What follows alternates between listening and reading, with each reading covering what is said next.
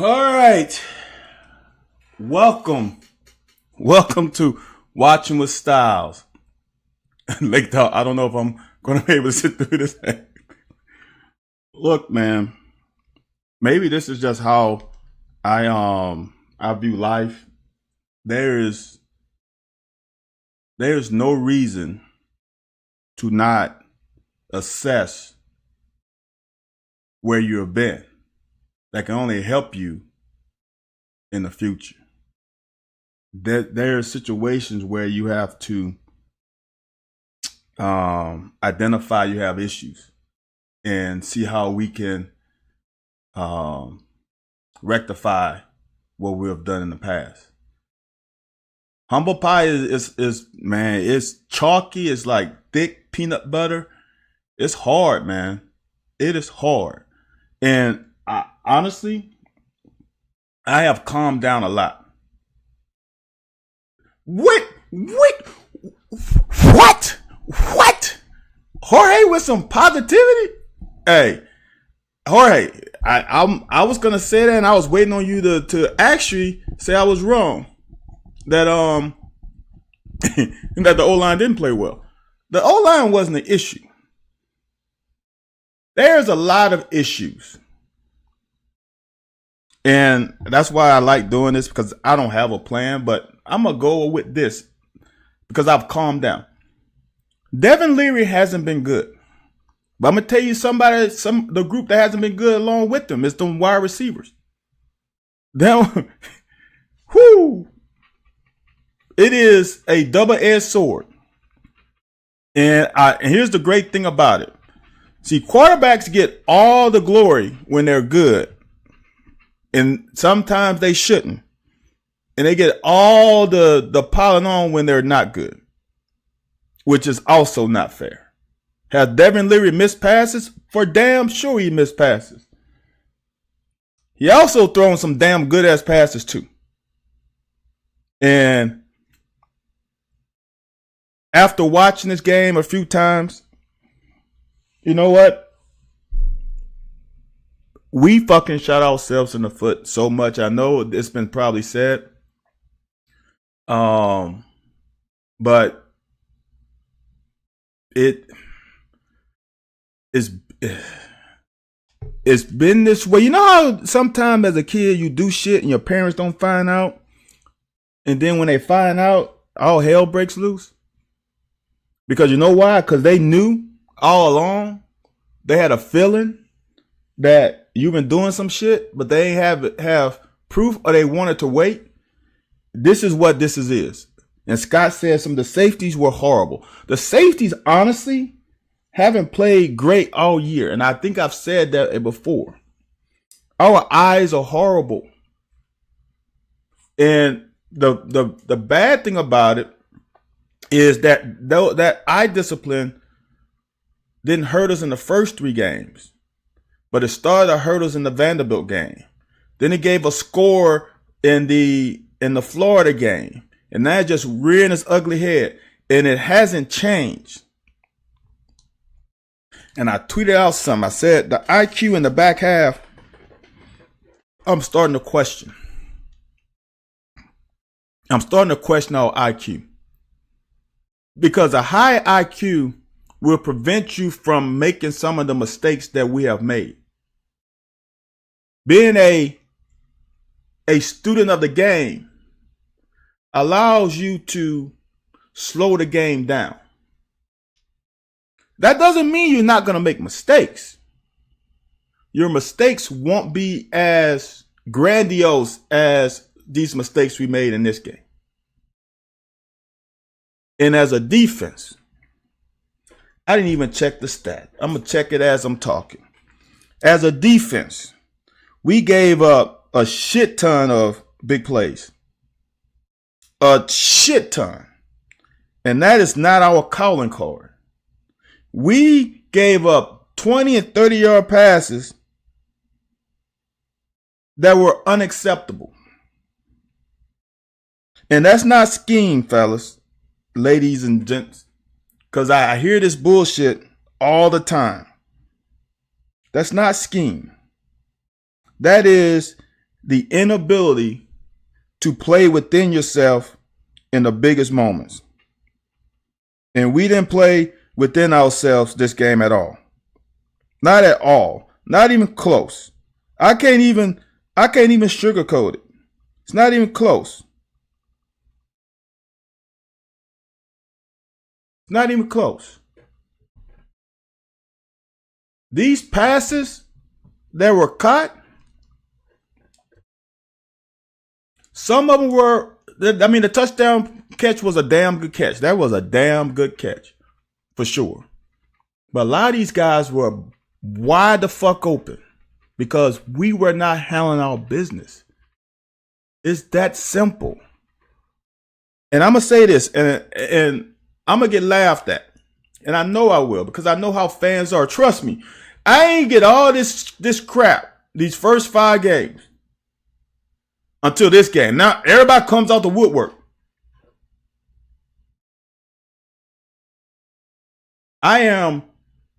One thing about me is I am completely comfortable in my skin. No, Johnny, we're not going 15-0. Even after this game that we played, I still believe right now that we can still beat this Georgia team in Athens. I still believe this team can beat that team at their home. We just can't play like the way we play. And that's obvious, but this was a game. I don't know, in 2018, when Georgia came to Commonwealth for the big game of that year, first time game they'd been at in Lexington, all that bullshit, I didn't think we were going to win. In 2021, when we went there and played that great team, I don't think we're going to win. When they came here last year, I don't think they were going to win. This is the first year that I believe that in those 3 games that I just named, Georgia out-athlete us. There wasn't shit that we could do to stop that wave. They had better athletes and players on that. They were just out-athleting us in a lot of situations. I'll never forget. And I said this recently. Mike Edwards is the best DB in Stoops history. And I'll never forget when DeAndre Swift had Mike Edwards in an open field going towards damn Kraft Center. And Mike Edwards didn't fucking touch him. He broke his ankles. And I was like, they are just better than us athletically. The players are just overall better. This is a game where I can't say that. I really can't. This is a game where defensively, in the back half, as I've said on here, and I tell my players, we are the eliminator of fuck-ups. The DBs are the eliminator of fuck-ups. We can't be the ones that are fucking it up. We cannot be the ones that are attributing to the fuck-up abilities of a defense. We can't. We can't. We are the last line of defense. And if we fuck up, it's big yards or it's touchdowns. And we consistently in this game fucked up. Consistently. Not a play here or play there where you ain't going to be perfect. No one is perfect. But consistently, we fucked up. It's that simple. They ain't do shit in their scheme that was something that a defense can't fucking defend. Not a damn thing. These were simple ass plays. But we fucking, like I said on one of the cut-ups, all these players are damn good athletes and damn good players. Sometimes on defense, the moment gets too big for you. And here's what I mean by that. That has nothing to do with jitters and anxiety and nerves and all that. It has nothing to do with that. The moment is too big when you play outside of yourself. Meaning that I'm going to try to do things that I'm not accustomed to doing because we on national TV and my boys at home, my family is here. It's on national TV. I'm trying to get the NFL. It's against the best team in the country. Now I'm going to try to individually show out.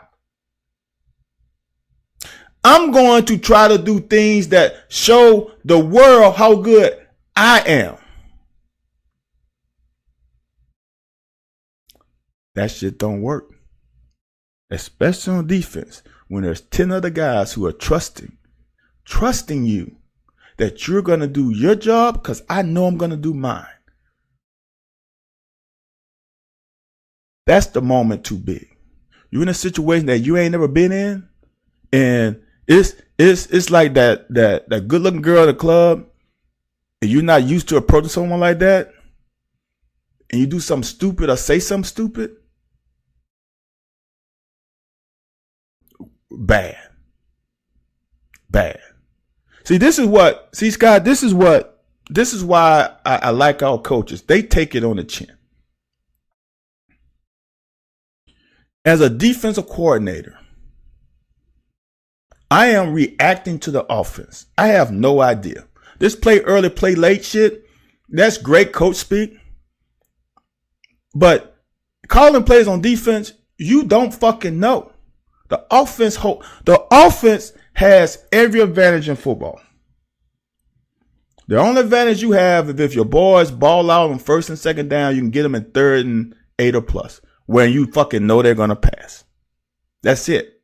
But then you don't know what pass route combination they're gonna throw. On defense, it's all about execution. On offense now, you can scheme your way into a big play. In defense, it's about execution of all 11. Because if one guy fucks up, all it takes is one. See, on offense, you can have a receiver run a wrong route on the backside, and you cool. You can have an offensive lineman that miss a block on the front side, and the quarterback is able to rectify the situation and maybe step up in the pocket and make a pass. You can have a running back that falls down on a route. You can have all that shit that happens, but on offense, the play can still be successful. On defense, most of the time it doesn't work that way if one guy is not where he's supposed to be. Defense is all about it's all about doing your job and executing your fucking responsibility to the highest level. On this level. On high school, you can freelance a little bit. Because not everybody on that field is elite. On this level, everybody on the field is elite. Everybody. So, look, y'all, I will say this. If you can't tell, I got new software. So let's see if this holds up better. Because if this holds up better, then we're in good shape. So I did do that. And I can't remember. At the bottom left is the Cash App. If you want to donate. Someone did last week and I really appreciate it because as I said last week, you guys asked, so I put it up there. If you want to make a donation, make a donation. But I'm going to say this. This game, like I said, those 3 games I called out early, Georgia beat us. And the weird thing is that Georgia didn't beat us that bad in some of those cases. Not like this one. And this, to me, our team, I would say it is the better team on paper than any of those teams. But we didn't show it. Here's the thing, and I'm going to end and go to film. Y'all, is one game. This game has no factor on it. It shouldn't have no factor on the next game. It shouldn't. Now, they are young men. It is going to carry a little. But like Coach Stoops said in the interviews, we didn't have a good week of practice because we couldn't handle success. The difference between us and Georgia right now is they have been there, and beating the Florida at home isn't that big to them. That's one thing. The other thing is they do their job, especially on defense, more consistently than we do our job. They don't have guys fucking doing shit that's not within the scheme or the framework of their scheme at all.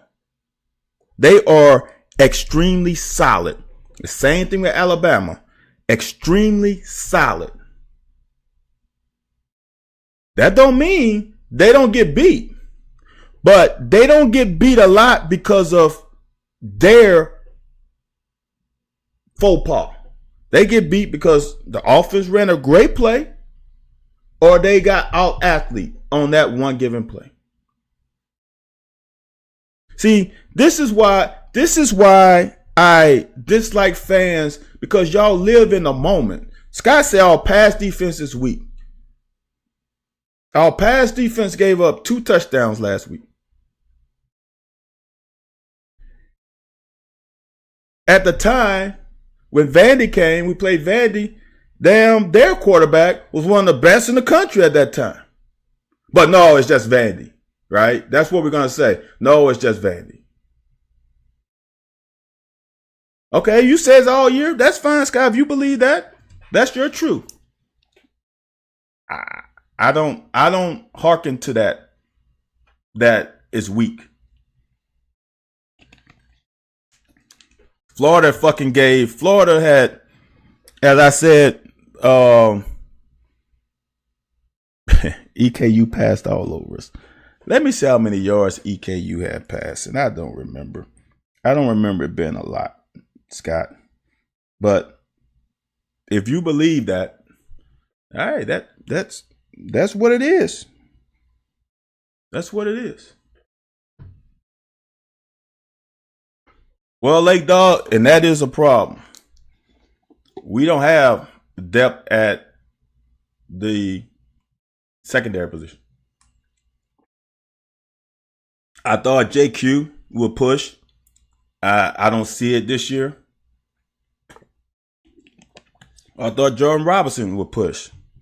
I don't see it this year. So, honestly, there is no depth at corner. And unfortunately, if we lose Geiger again, there's no depth at safety. So yeah, depth does matter for sure. Let's get into this film and let's see. Look, here's the other thing. See, this film can do. See, now I can rewind. See, now I can go forward and I can go back. That's a positive. See, now if something happens, I can do this on my own. Haven't been able to do that with the old software. So that's a positive. That's something I'm happy about. So,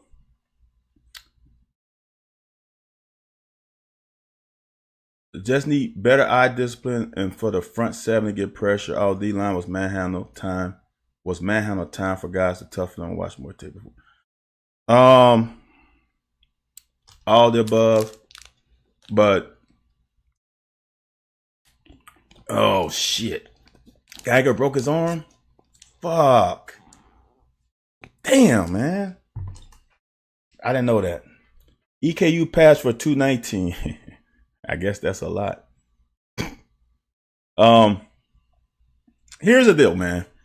Here's the deal with I don't understand. I don't get it. Teams are gonna pass on us. If you can hold a team to under, I think our requirement on our whatever that shit, what's that chart called? Defensive goals. We can hold an offense to under 225 yards pass, and I know it's one. and I think it was 150 yards rushing. That was a win for us. We would get a helmet for that week. So that 219 is nothing. So especially for a guy who EKU has a really good quarterback who has shown he can really throw the ball around the yard. I really, Cobb, I hope you're right. Yeah, you're right. If it's like in the forearm area, I've seen guys play. They put a rod in it, but he still could be out for a little bit. Beck had his A game because we allowed him to. I'm serious. Like, let's just get, because this first series was nothing special until we fucked up. We gave them too many fucking big plays. Let me see if I can pull this up.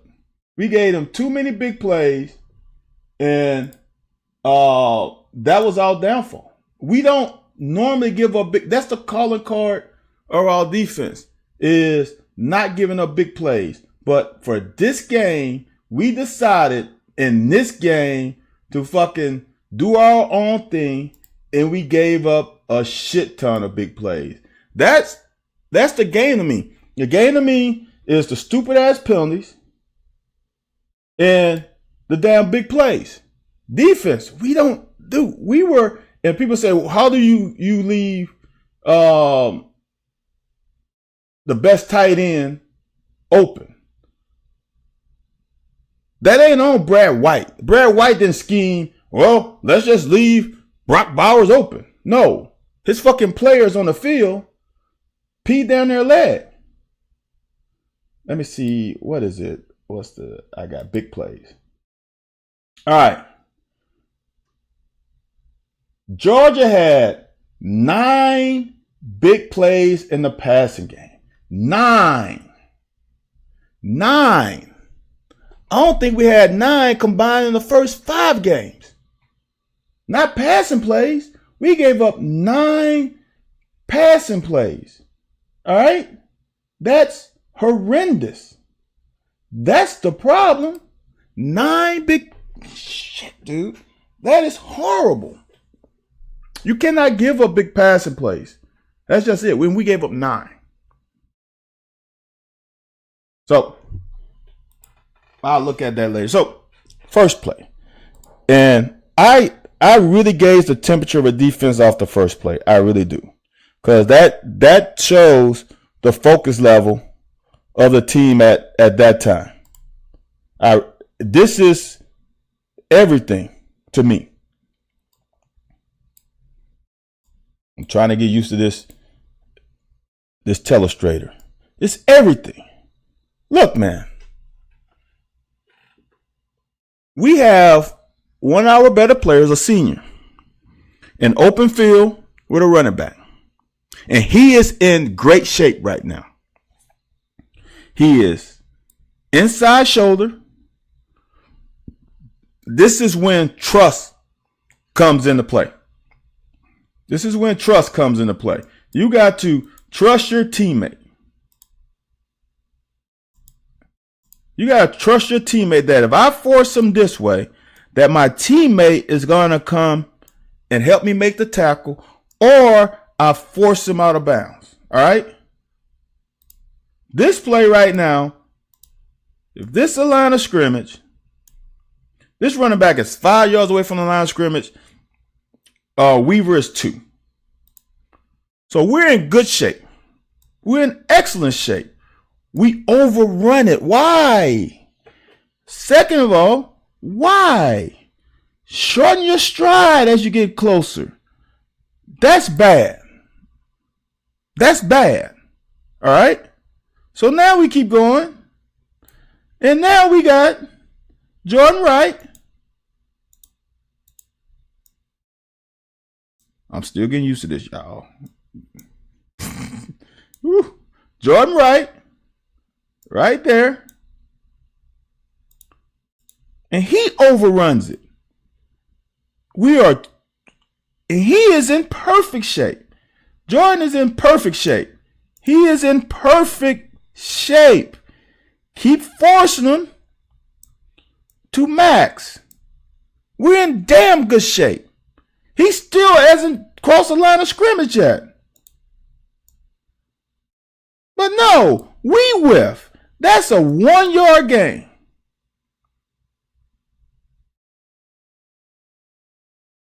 One-yard gain. But it turned into like a 7. Early in the season, that is at worst a 2-yard gain. So that to me doesn't add up. It's not a good start. Now this is what I want people to understand, man. As a corner, you cannot play man-to-man the entire game. All right? It looks like to me they're playing quarters. But then it doesn't. And this is where the problem is. Because it was quarters, Afari would bust a flat. All right? If it's cover 2, this corner has to sit. If it's 2 read, no one plays cover 2 really. If he's vertical and he's vertical, the corner has to carry number 1. So he's got to pedal. That's just how you play it on this level. Now, if that's cover 2, which I think it has to be because of Afari's drop. Okay? And I can't tell on the film. So I just want you to understand, because I hear this soft ass shit so much. If he goes vertical and he hitches up, this corner still has to settle in case they run a corner route, because he's got to help this safety out. All right, Shaka, safe travels, brother. So he's got to settle. So you are going to give up some stuff. That's just the nature of the beast. We don't have enough people to stop everything. So if this cover 2, which it looks like it to me, you giving that up because he, like right here. I think I got to pause it to be able. See, I'm still learning software. See this corner route right there by Bowers? He has to respect that. And we break up on this and make a tackle. That's just defense, y'all.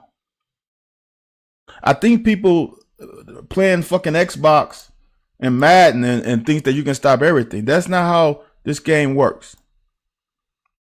Now I just got to go make a tackle. That's good shit.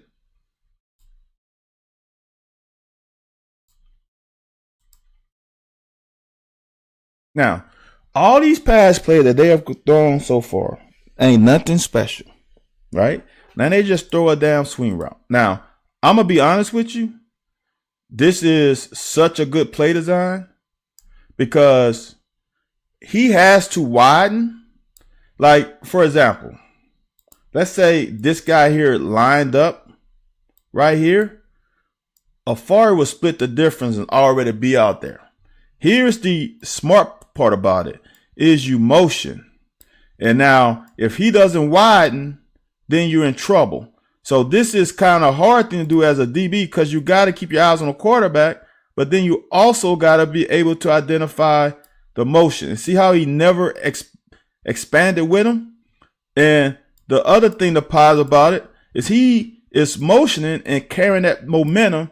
And if he doesn't move, this space between the two widens just naturally. And they got us. So that's just a good play. There's nothing wrong with this. Andrew Phillips comes up well enough. We just got out leverage. You got to tip your cap to the offense. That's just it. Johnny, what do you mean by D-Jack is that spy? You said SPAI.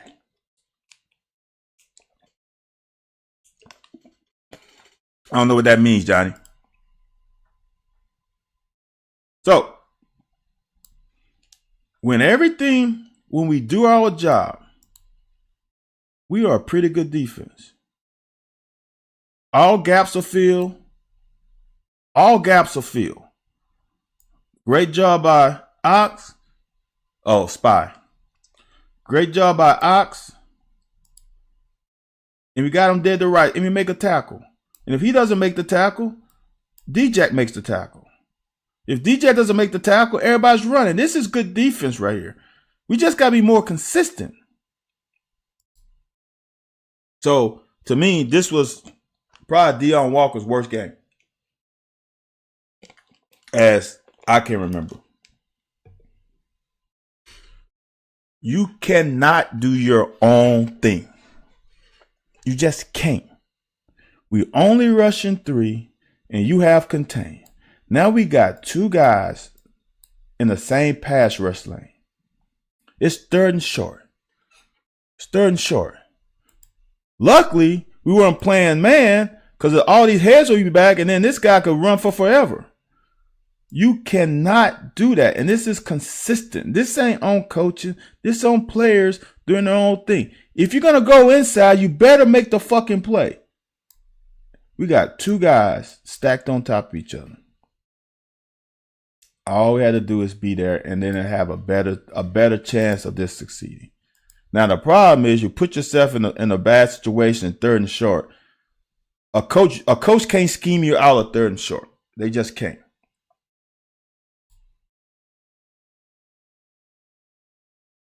Now this is a blow. This is when you know you're in trouble. Georgia fucked up on this play. Georgia fucked up and still got a positive play off of this. These 2 guys here, miscommunication and blocking assignment. I don't know if he was supposed to go here and he was supposed to go there, but whatever happened, watch. Number 71 hits D-Jack, and then he goes to here. So he knew he made a mistake. Don't know what it was. D-Jack has a one-on-one tackle in the hole and blows it.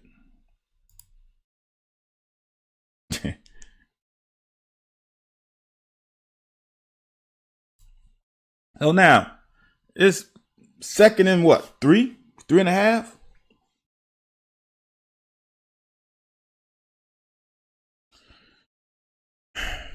I can't remember what game I showed that in.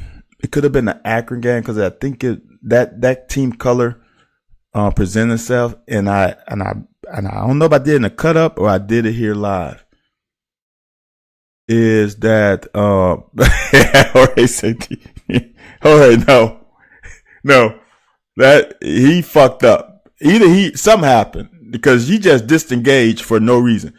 I made this. There was a play, and Childress' eyes were in the backfield, and something happened, and the receiver ran by him, and there was nobody behind him. But there was no repercussions for it because the play was a success for us. So it didn't show up in the stats for us as fans of a fuck up. But this is a consistent occurrence that is bothersome. You cannot do this as a safety. You can't. You can't be a member of the fuck up eliminators if you consistently be a member of the fuck ups. It's really that simple. And I like Childress. I think he's a really good player when he's locked in. But this is a case. This is a prime case of the moment being too big. I showed this in the cut up, so I'm not going to show the prior play again. And I've said this in the past, so people have followed me since day one. You can make football fun. by playing games. So a game you can play is trying to identify pass or run by just looking at the offensive lineman. Offensive linemen, like I tell my high school players, are like that, or like that solid girlfriend. They ain't gonna never do anything wrong. They might not be the okay, Lake Dog. I do owe you that. They're not going to be flashy. They're not going to show their midriff. They are going to be solid. And they're not going to lie to you. The quarterbacks, receivers, and running backs, those are the ones that are going to lie to you consistently. You can't get your eyes caught up in there. You look through the uncovered lineman to the backfield. Scott, man, Scott, I understand fandom. I understand. But I'm going to say this, and I'm going to go off. There's nothing positive that comes from negativity. There's nothing. You can criticize. The negativity is just,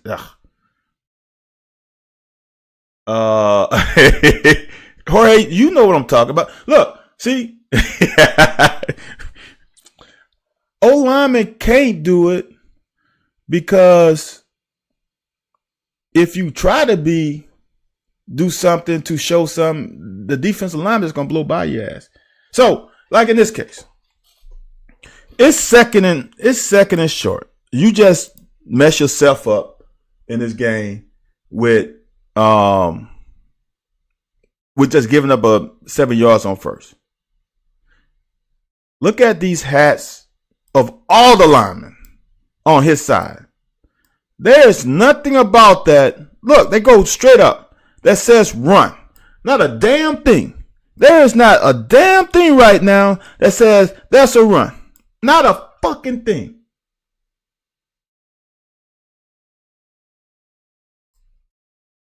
That's why this is bothersome. What are we doing? Where are our eyes at? All right. Second thing. All right. Even if they do run, we got this pretty much handled. All right. The third thing. This guy is responsible for the run. And you go by him. So that means D-Jack eyes are better than yours. Watch.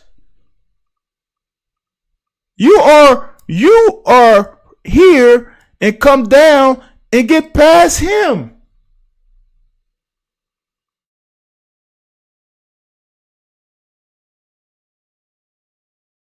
Not really, Shaka, because Team On runs some wing T. They don't lie either. They don't lie that much. Like that waggle is fucking obvious to me. I understand the guard pulls and it looks, yeah, but it's obvious to me. For me, maybe I got old eyes and been playing football for too long. Maybe I can understand high school kids getting whatever by it. But dude, here's the worst thing in zone. This is what I want y'all to understand in zone. When you see this, you know, whomever, it can be us or the opponent, that we're fucked. When you see one guy and the back of his helmet is to the quarterback, he fucked up. Just literally, he made a mistake. Because the one thing about zone, the advantage of zone, is all eyes are directed to the quarterback so we can break on the ball. So, as I said earlier, with offense and defense, right? One guy can fuck it up. Now, let me show you something. The only pass that they legitimately have should be that one. And that's what you give up. You give up the short pass. No, our safeties are fucking horrible right now. They are not good. and they should be better. No, Scott, I've said that. No, our safeties have not played well. Our corners have played pretty good, but the safeties as a whole, no. All right, so now, look at this. I want y'all to understand this. We got him covered, all right?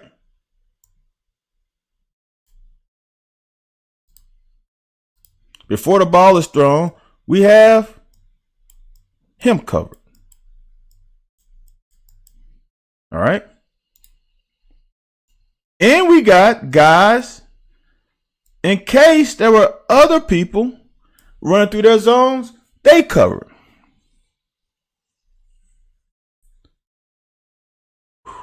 Let me take a breath.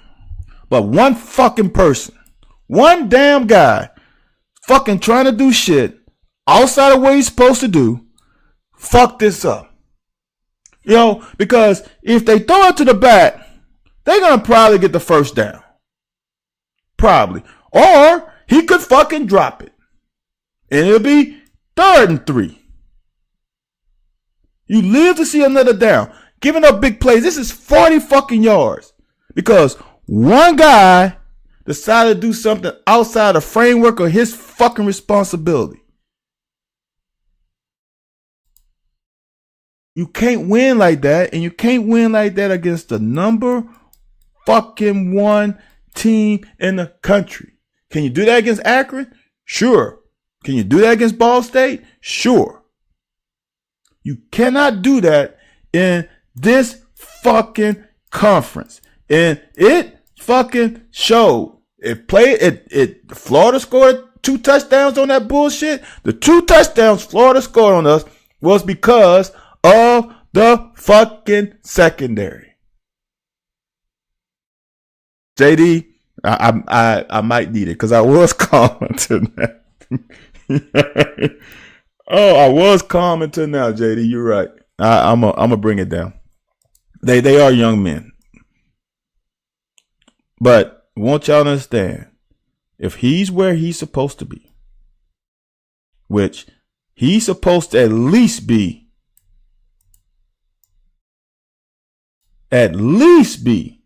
at the worst right here on the same level of Afari. He should at least be right there. Quarterback has a hard time throwing that ball.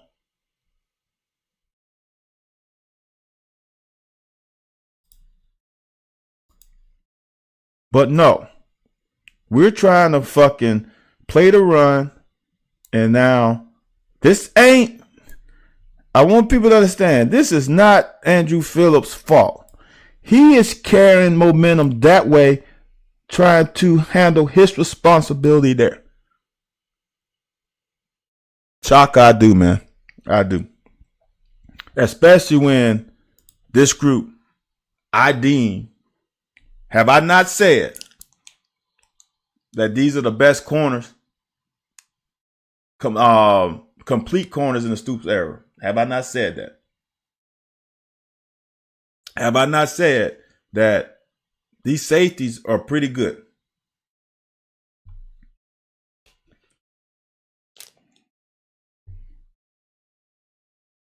So it does hurt because these are just stupid mistakes.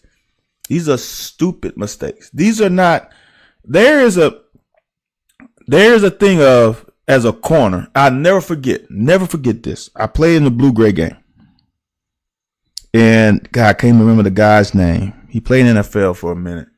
Wide receiver from San Diego State. I was in his shit. And they threw up a ball and he fucking mossed me. I couldn't have been in a better position. Couldn't have been. It was just, I was there. He just fucking mossed me. So after that play, it was like, all right, man, what else can I do? What else can I do as a corner? I was where I was supposed to be. He just out-athleted me. There's no shame in my game because he did what he was supposed to do. So now, come back later, I get a pick six.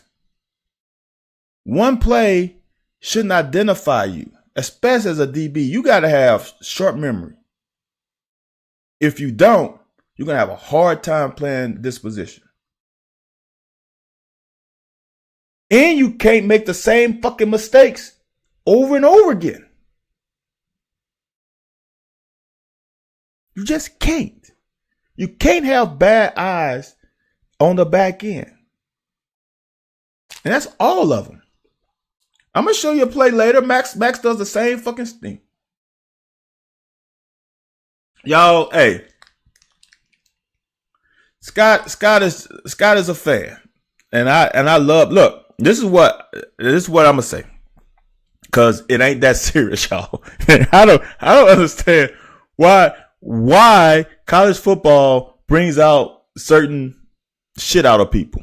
It ain't that important, y'all. It ain't. This is a game, man.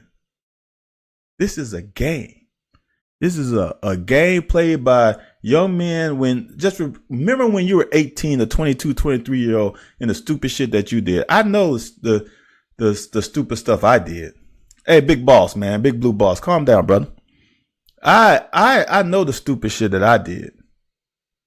I know it. JT. But this is what I like. Now, honestly, we didn't have this shit when I was playing in UK. But there's some words that I love that people hate. I wish someone called me overrated. I wish. And if you did, and if you do, I love it. Because that means someone thought I was fucking good. That means, and not just someone, that means a lot of people thought I was fucking good. I'll never forget Brian Urlacher was slated as the most overrated linebacker when he was playing. Brian Urlacher was a dog. Now, some people, yeah, they hyped him up, but he was really that good. So overrated, man, is a good thing in my book. I'd rather be overrated than underrated. Because overrated also usually accompanies expectations. And I'd rather somebody expect me to be great than not. That's the thing that Devin Leary is going by right now. It's the expectation level. I would love it.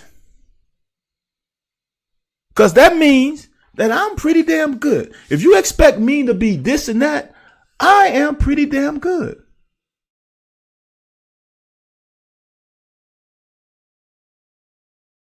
Scott, man.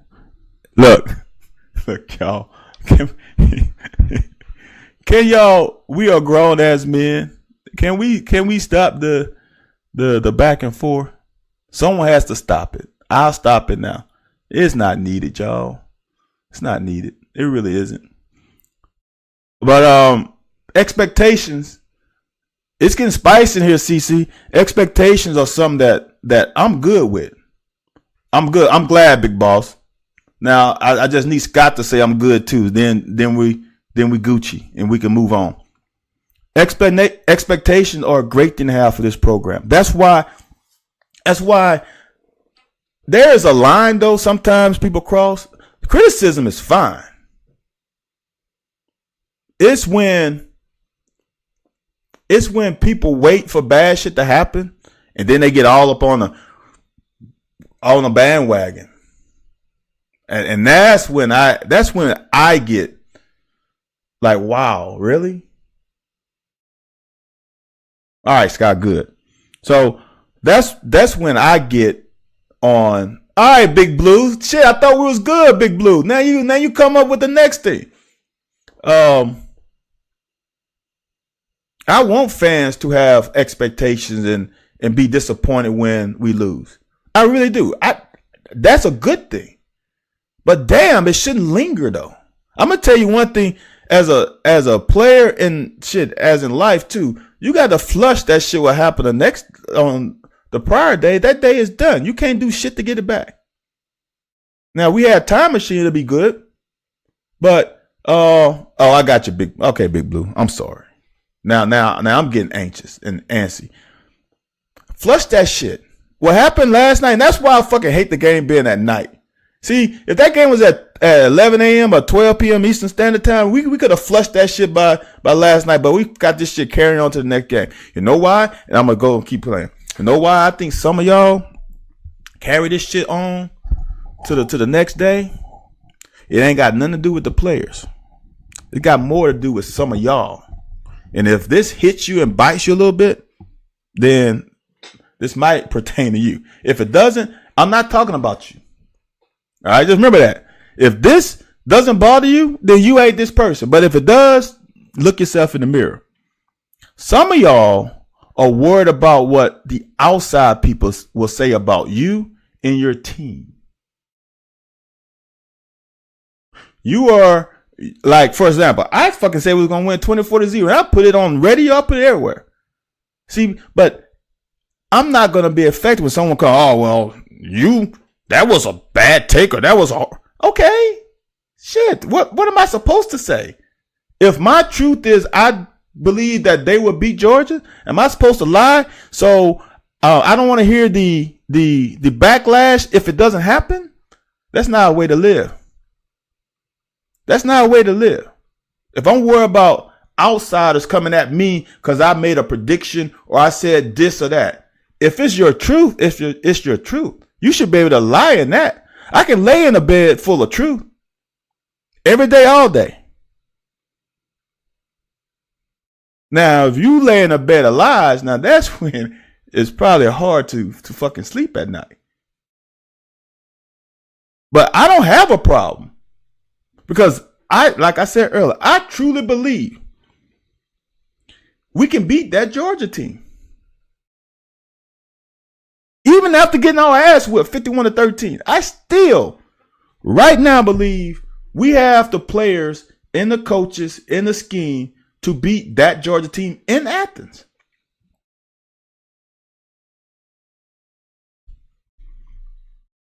But you can't beat them doing this. You can't beat them. You cannot beat them doing this. Doing your own fucking thing and getting caught. And the fucked up thing about it. Now, JD, all right, let me. The thing about it is this shit happens again in the same fucking half. Scott, for sure, they're not playing well. The only one that was playing decent is the one that fucking got hurt. So now, offensively, as Jorge stated earlier, the O-line wasn't a problem, man. And here's the thing. Did they put pressure on us sometimes? Hell yeah. They on scholarship too. Look, we do a good job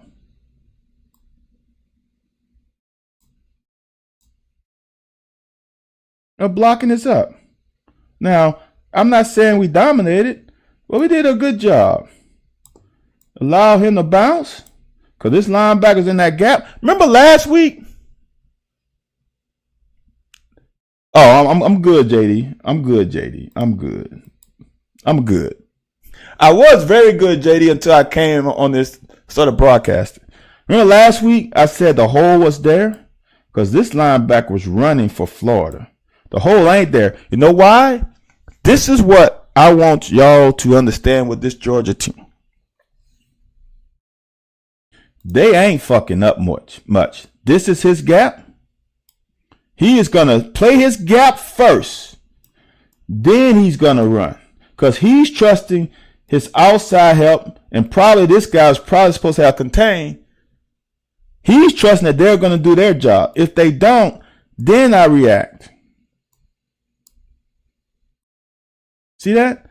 He manned his gap first. And we get 7 yards out of that. That's a good fucking first play.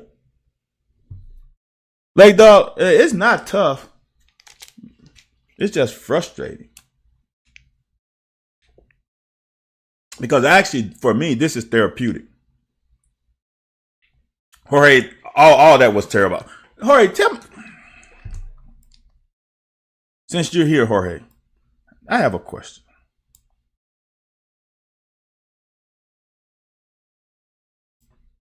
If, to me, tell me if I'm wrong. Okay, see, Scott, this is not direct to you, Scott, but this is direct to you just bringing up something.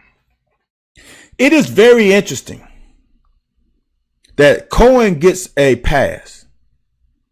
Cohen had a great game plan dialed up, right? We still only scored 13 points, right? But people are going to blame that on the players. They're going to blame it on Leary. They're going to blame it on the receivers. They're going to blame it on the players, right? When the defense is on the field and have a bad game, it goes back to White. It doesn't go back to Childress having a bad game, Jordan Levitt having a bad game. Why is that? What does Liam have over y'all? It's not to say that Liam didn't have a great game plan. He called a great game. But it's just interesting that they only put up 13 fucking points. It isn't like it was make it take it in basketball where they score and they get the ball back. No. When Georgia scored, we got a chance. It's just interesting that we only scored 13 points. And I hear people saying Cohen had a great game plan. But White didn't. Because they scored 51. No issues with the players though. No issues with the players fucking up on defense and leaving guys wide open. Oh, it's Brad White's soft scheme. Not the players, though. But with Liam Cohen, it's interesting.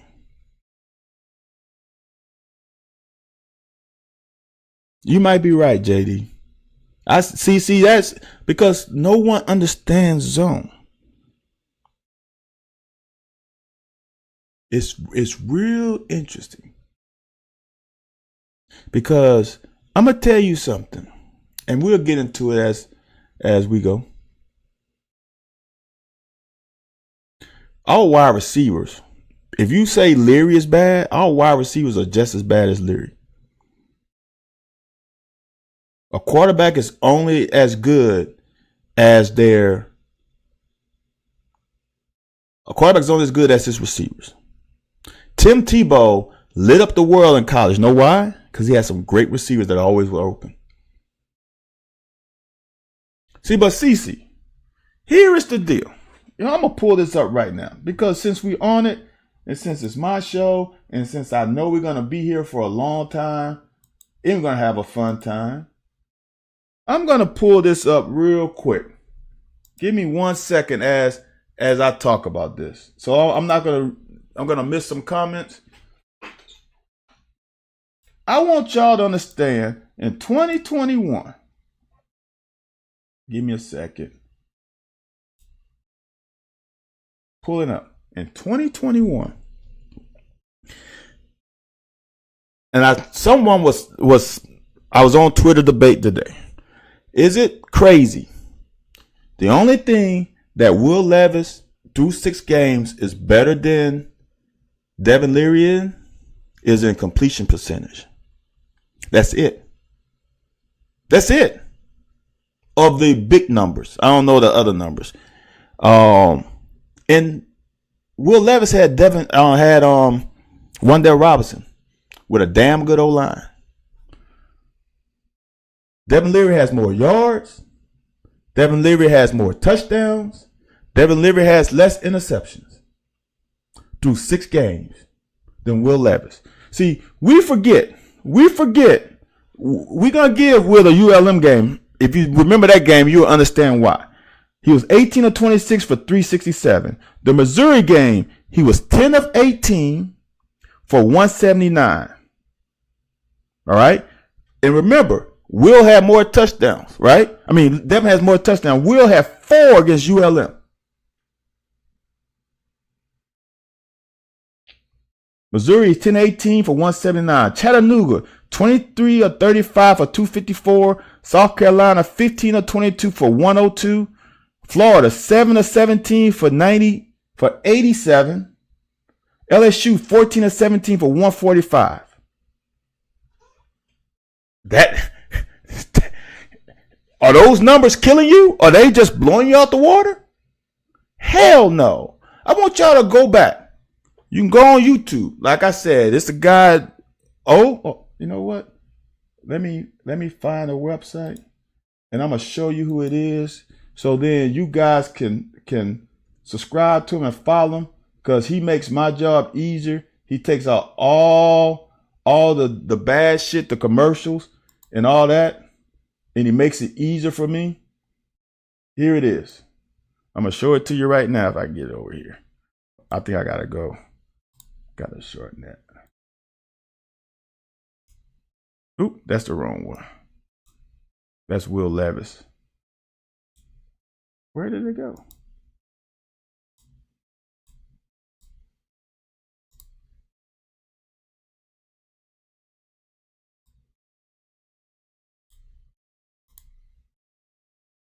All right, y'all. I'm trying to find it. It's right here. All right. Go follow this guy.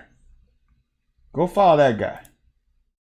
He does good stuff. Follow that guy and go watch some old games. See, and when you go there, he does basketball and he does football. So he's got all the way, he's got 23, 22. You can go down. Go watch him. All right. And then tell me those first 6 games, what you thought. All right. Because he ain't like the world of fire. I can tell you that.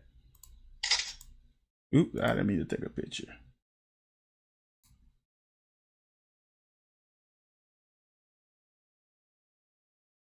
Oh, Jorge, are you still there?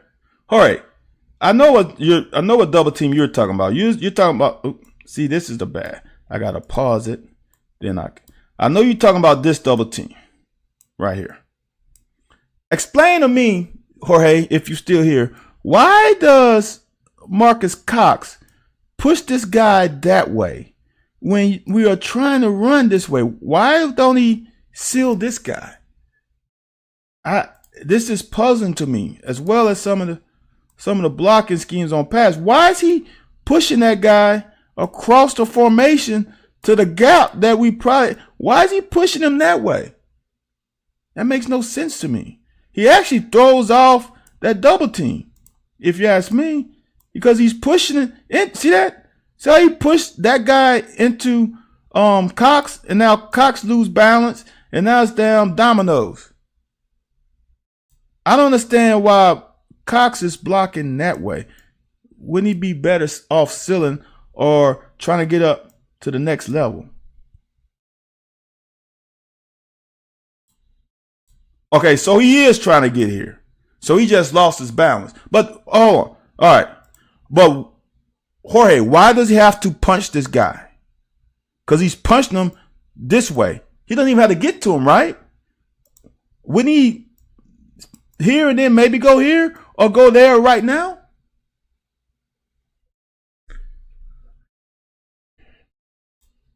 Yeah, but why do you want to double team that, though?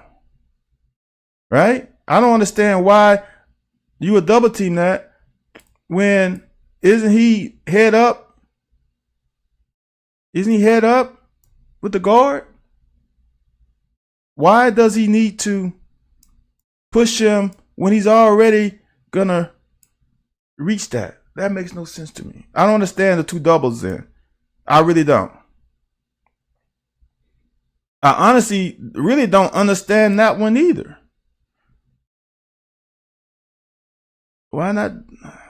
I mean, I guess we didn't pull, right? There was no pull. So he's got to get here. You're going to push him.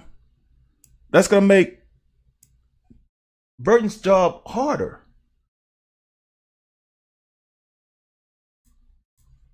He wants to go to his play side shoulder to cut him off. Are you saying Cox want to go to this play side shoulder? Because Ray has him, right? I can understand getting here in case he tries to swim over, right? I can understand that punching here, but shouldn't he get to the next level, right? And should we get to here? That's just me. I'm not an old lineman, but that's the blocking. The blocking scheme I can see, Jorge, is here, punch, get to there, here, and try to get up to that second level, prevent this guy from crashing it. So you have to punch, and then you get to that level. That's how I see it. And then we got this. But I also think he comes and seals that. So you don't have to punch this because he's backside sealing. You should be able to climb up to a linebacker right now. Okay. This makes no sense to me. If he's coming across to seal that in case he crashes, you should be getting up to here, in my opinion. You seal. He's got that, and he should be getting up to there.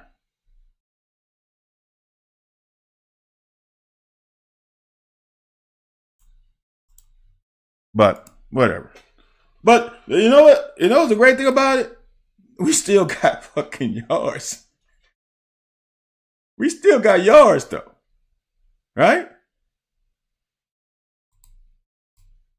Now, I'm going to say it. I'm going to say it again. Everybody's on Devin Leary. And he definitely deserves some criticism. But this is a damn good ball. Okay? That is a damn good ball. Back shoulder. That's a catch in a lot of situations in this conference. That's a drop for us. And I'm going to tell you something else. And this is the shit, and I've talked about this year a lot. The release of these receivers. Now, I've been saying for this year, we need to throw into the boundary. We need to throw into the boundary. It's the best throw. But you can't throw into the boundary if your receiver can't fucking get a release. And this happens the whole game. All right. Let me tell you why. This guy is inside to head up. I played a cornerback position. I was frustrated with the broadcast that they made no mention whatsoever that was a drop pass. I thought I saw it that way. Man. JD, that's why I mute all broadcasts.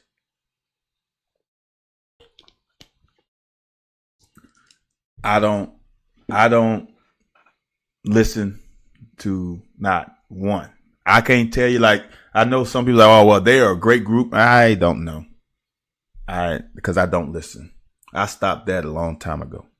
So, if I am trying to go outside, first of all, is from the bottom of the numbers to the sideline this way is 7 yards. 7 yards. I know I keep saying it because I need this to be remembered by everybody. And so now in life, you'll be like, one thing I remember from Van is the damn numbers.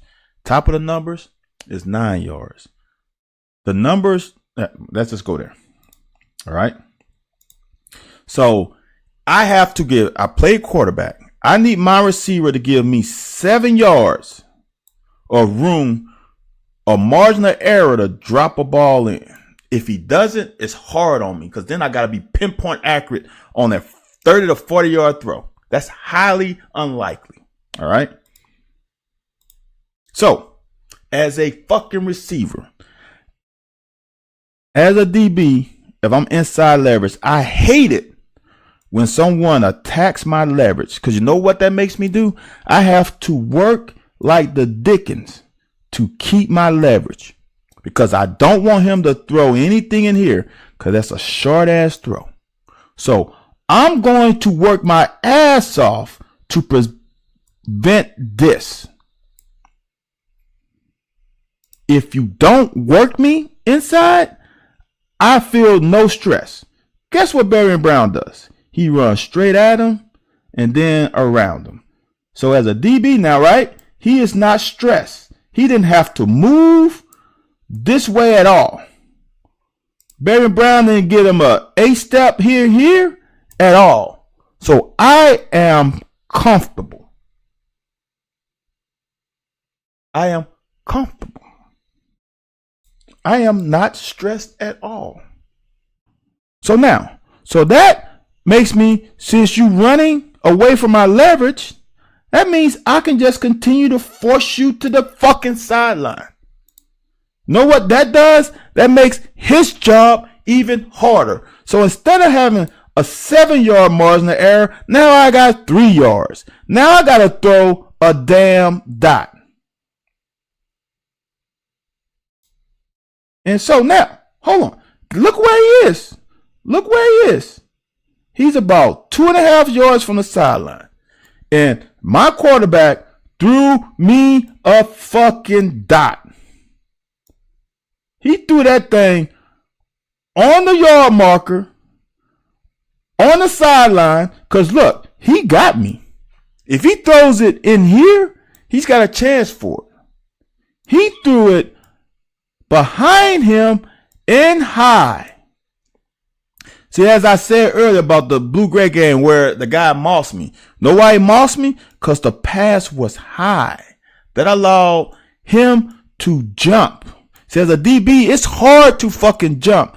When you running this way trying to catch up and then you locate the ball, you can't put on the brakes because you jump, you're going to jump. Your momentum's going to take you that way. See, as a receiver, right? He sees the ball. He can stop decelerating right now and then prepare himself to jump.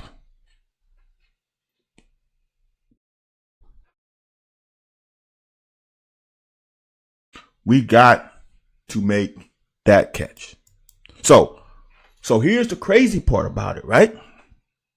The obvious misthrows, which some of them are not misthrows. He had a misthrow later in this drive, right? So y'all remember the bad throws, but y'all don't remember that throw. You don't even know if it was a good throw or not. That was a fucking dime.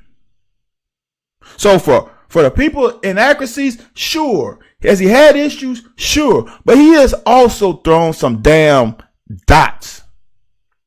And a lot of them haven't been caught.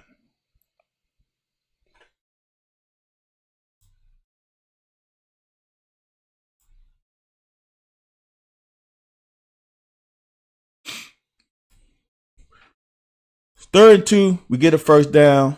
I actually like the option route. And this is what I like even more, right? Is I don't know if anybody noticed. We threw into the boundary a lot this game, which made me very happy. Very happy. Which made me think that maybe Liam was trying to get him some looks for the NFL to show that he can throw the long ball if needed. Because against a good team, we threw into the boundary a lot. That's a safer throw. So now, we're marching, y'all. We are marching on Georgia.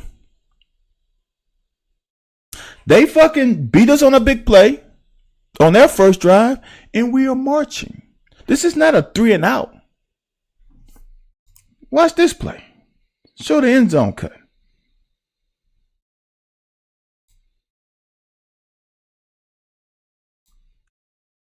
If we get a good block here and eliminate him, okay? Watch what this can be. This is a great pin and pull.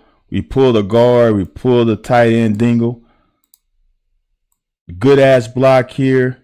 We come and get a good ass block on the safety. Good ass block on the safety. Let's just imagine that That guy's eliminated. I know it's hard to fathom.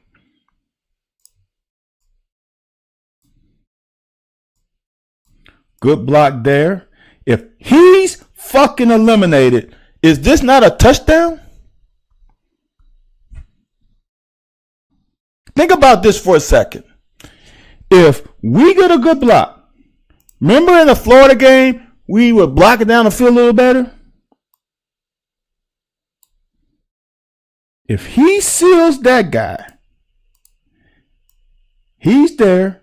There is one guy behind the ref. Let me go a little further so you can see him. There's one guy behind the ref. This is the other defensive back. This is the other. If this guy is eliminated, what do you see? Okay. Ray Davis is going this way because he wouldn't get pushed that way, right? He's got that guy blocked. We got Crowder's in front of him. If this guy is fucking eliminated, dude, that's Florida all over again.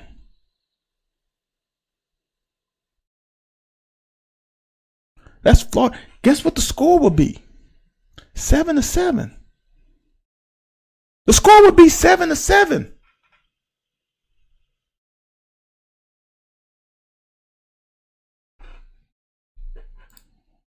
As JD said, I gotta take my blood pressure medicine. So I'm gonna let that ride, right?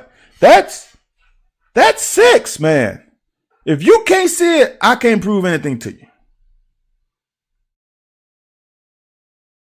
But we are fucking running on the vaunted fucking Georgia. We just come next play. We inside the 40. We marching up. Well,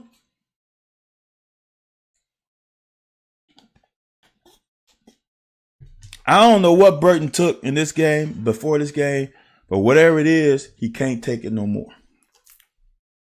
Whatever supplements, whatever gunpowder he ate, he can't do it again. He just can't. And we can't let this happen. We really can't. So now, JD, is it a hold? From this angle, it's hard to say it's a hold. But when you hip toss somebody, they're going to call it. From this angle, and this is, just imagine if you were right here and back a little further, right? You see that hit, but then you see that. You see it now, right here? That looks like a hole. It just looks like a hole. My thing is, why are you doing that anyway? Jorge, if you're here, why are you doing that anyway? Right? Why are you hip tossing him? See, JD, in theory, right? Is it a hole? Like, is he pulling him? No.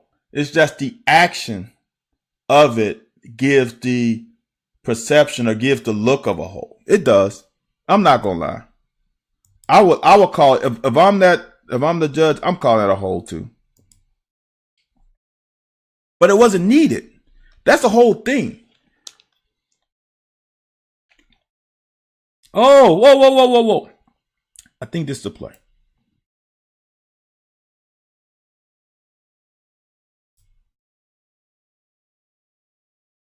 No, it's not. They on a rush 4, and there's nobody open. Look, there's nobody open. Look, there's nobody open. Look, there's nobody open. There's nobody open. Nobody. Ray Davis not open. Nobody open.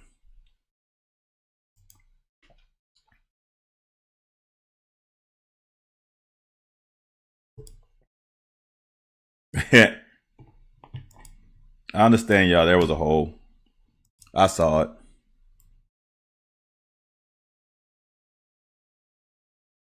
So now, we actually blocked this well, right? Well, now, when you got 1, 2, 3, oop.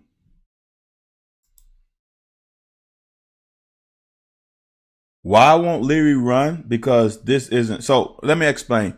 So the quarterback fake, this isn't intended for him to run. This quarterback fake is hoping. This is a call run.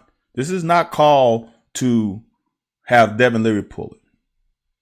Is you're trying to pull this player and this player away, so then you're only playing with 3. That's what it is. Oh, not this one? Let me see the last one.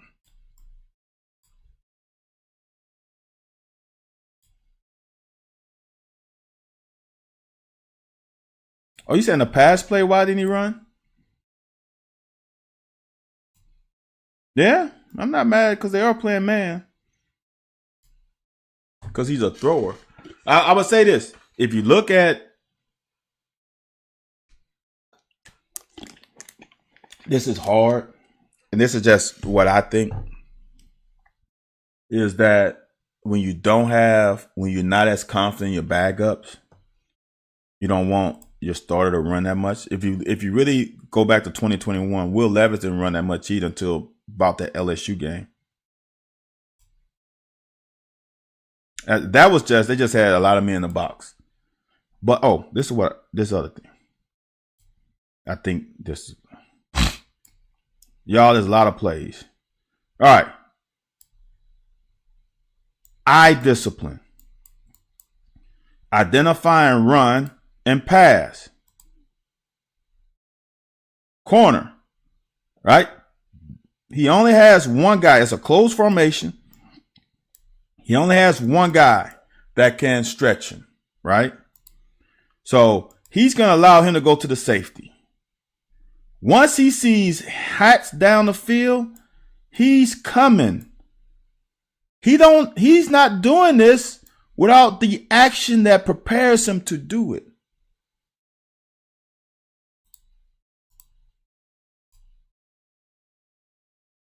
So now he becomes the extra defender that's unblocked. But fuck, we still get 4 yards though.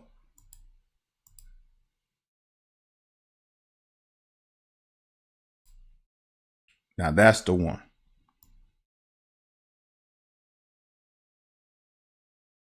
This is the one you have to make. I always question this. And this is just me questioning. Did the receiver get the depth that he normally gets in practice? That's the only thing. But as a quarterback, you also have this innate ability to process eye-hand coordination and see the depth that he's at and throw the ball accordingly to where the receiver is, because you cannot base it off of what happens in practice. So for me, this is on a quarterback because his depth perception should have said he's not where he is. Let me throw him open. Here's the other thing. When he's butt naked open, just get the ball to him. You ain't gotta be. It can be here. Have him shadow down and then catch the ball. That's a layup. And that's a layup for anybody. That's a layup, man. You gotta make that though. Was wide receiver too flat? I don't know, Big Blue. I don't. That's hard for me to say. He tried to leave him too much. I just think that was a bad pass. It was beyond him. Yeah, that's just throw it. See, that's all you gotta do is just get it to him. See, all we just needed was a first down. All I needed was that first down to keep the chains moving. after being in the situation we were in.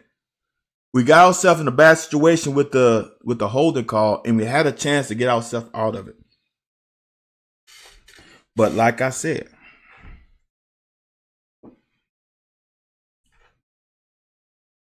it's the little things. If Taven Robinson would have blocked that nickelback on the Ray Davis run, all this shit would be null and void. We wouldn't have got the holding. We would have had 6 and been drinking Gatorade on the sideline as our fucking place kicker kicks the PAT. See, that's what I'm talking about when I say that I believe that this team can beat that team where they just played them at. We got a penalty and we missed a throw. We were marching on their defense.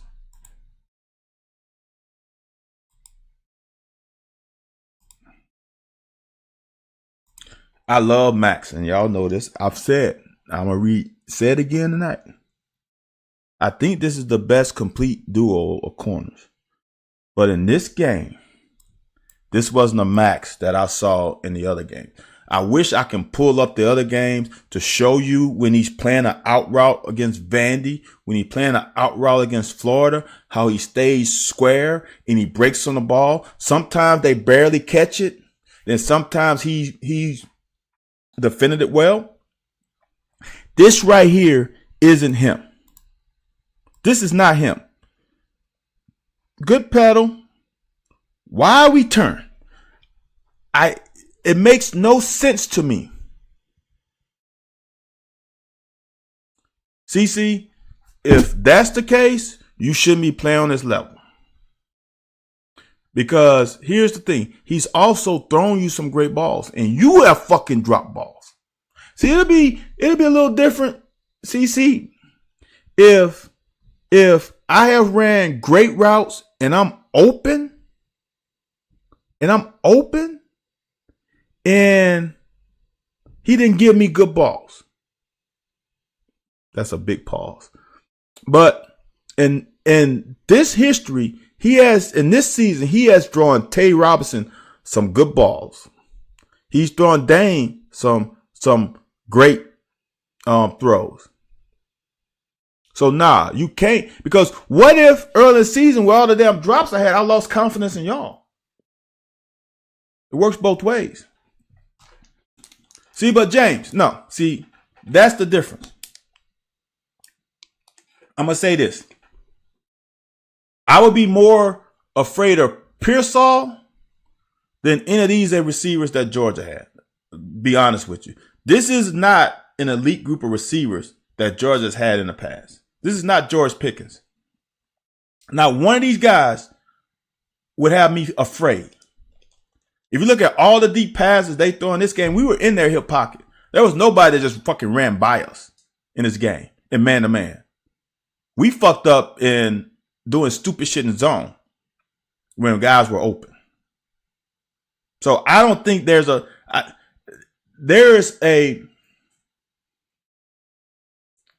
is a apprehension in trusting your technique. I've been there before. But even when you open the gate, just one thing you want to do is you want to stay as close to that receiver's shoulder as possible. You don't want to give him extra distance. When you open the gate, now I just naturally giving him about 1.5 yards of gap. All right. So the problem with this is that step right there. You can never, it's like basketball. I don't want my foot that far off the ground because now I can't put that foot down fast enough to get here. I hope that makes sense. As a DB, your feet can never be that high unless you are running. If he would have shuffled with your feet close to the ground, then he could break on that ball. But this guy is 1, 2, 2, 3, 4 yards away. There is no reason to be turning your hips. He did not come off the line of scrimmage threatening your cushion. He did not come off the line of scrimmage threatening your cushion. You allowed that. When he dropped his hips, you should drop your hips. And you didn't. You dropped your hips there. And you took cross step. That's 1.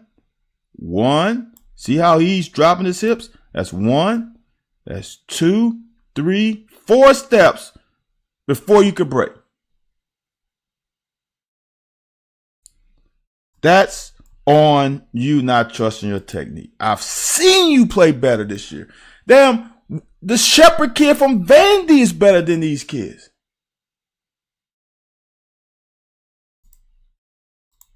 That's not the Max Harrison I saw the first 2 SEC games. It's not. It's not.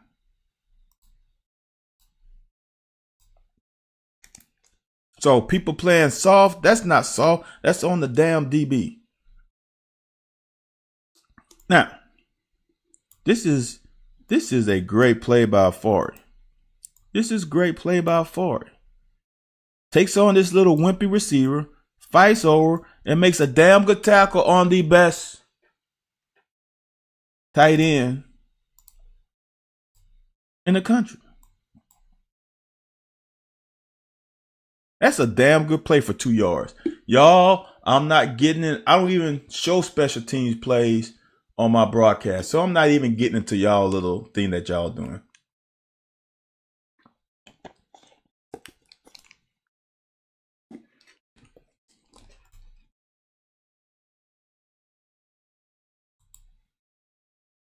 Again.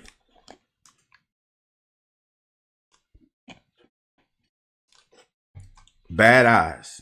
Now, I understand the linebackers.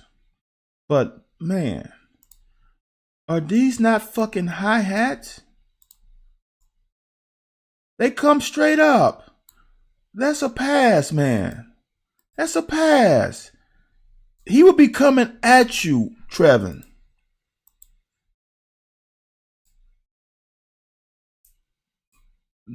Discipline was bad.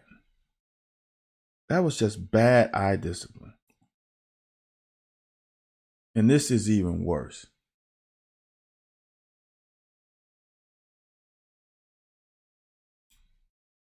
Oh, shit, JD. Now you chiming in on the downs punting too?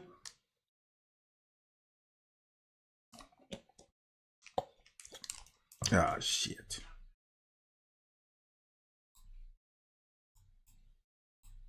Unacceptable. Unacceptable. Unfucking acceptable.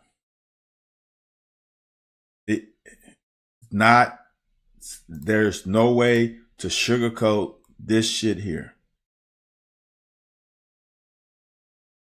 Where are you going? Where are you going? Where are you looking? Where are your eyes? Where? See, this in a meeting room where I would fucking lose it. See, I would never show punts. Never. Ever. I will never show punts. It ain't gonna happen. Unless we return one for a touchdown or they return one for a touchdown. I'm never showing punts. Where are your eyes? See, I learned this a long time ago. When I coach, I try to be back here so then I can see what you're looking at. Because them eyeballs are so important. I want to know what he was looking at. Because this makes no sense. This is nothing fucking special. It's nothing special.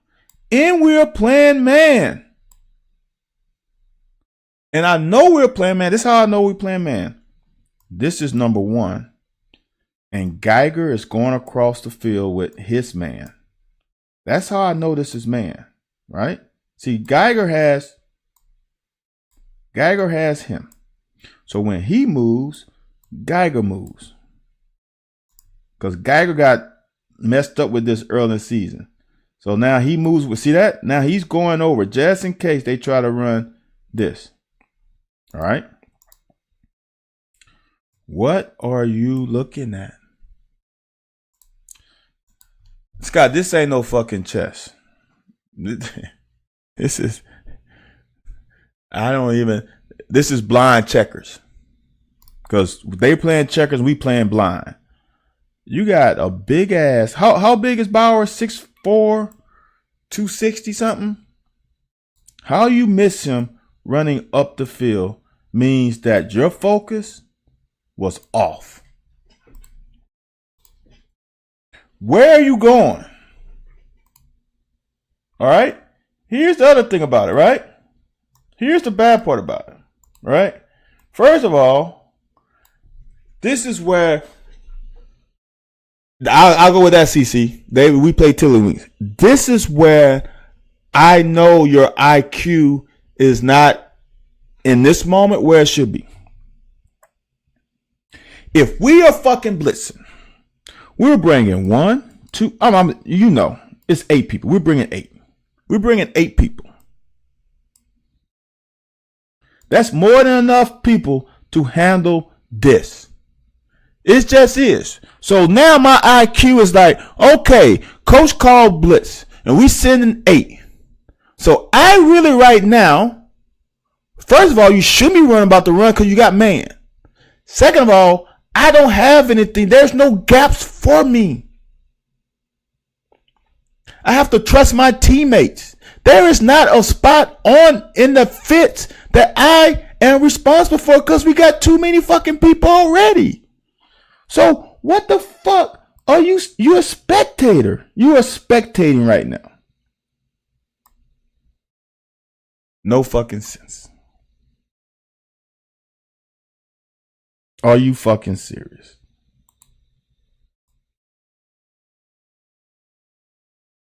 The other thing is, go back.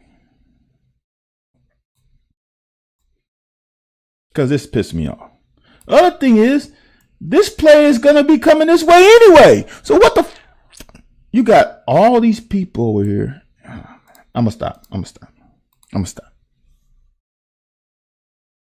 Oh, I just said that.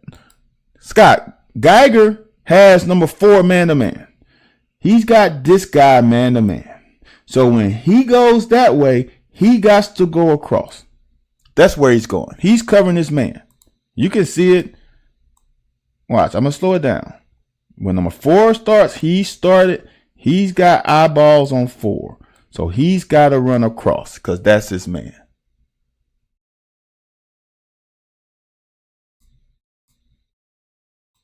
That's why Geiger's going across. JD, Lovett has not played well this year. To be quite frankly with you, be honest with you, he has not played well this year at all. Not at all. Runs fucking straight by. Just straight by you, right in front of your fucking eyes. How do you miss him? That's your guy. And then he runs straight in front of you.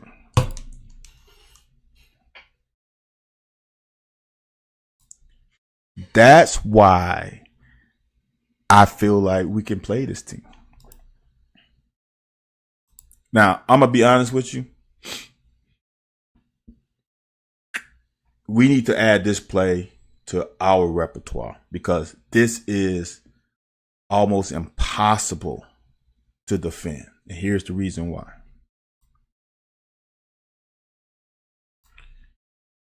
They are getting you with the eye candy to stretch you. All right. So what that's going to do is this guy's got to whine to respect that. All right. So now we got a guy who can block here. Then we bringing him inside, allowing, let me see if I can change colors, allowing him to rush and him to rush. All right. And then I can get liming into the block with this guy coming underneath. This is very difficult. On the last play, Jeff, or on this play? That last play, that was seemed like we were blitzing. Seemed like we were going all out blitz and playing man to man. The reason why I say that it was zero coverage was because of the way Lovett went across the formation. If you're a safeties and you're not on an all out blitz, you would just flip. So Lovett would come down and he would guard number 4 and Geiger would free up. But there was no freeing up in that case. It looked like it was all out blitz. Lovett look, like I haven't said this game. I can't call it because I'm not in the film room, but to me,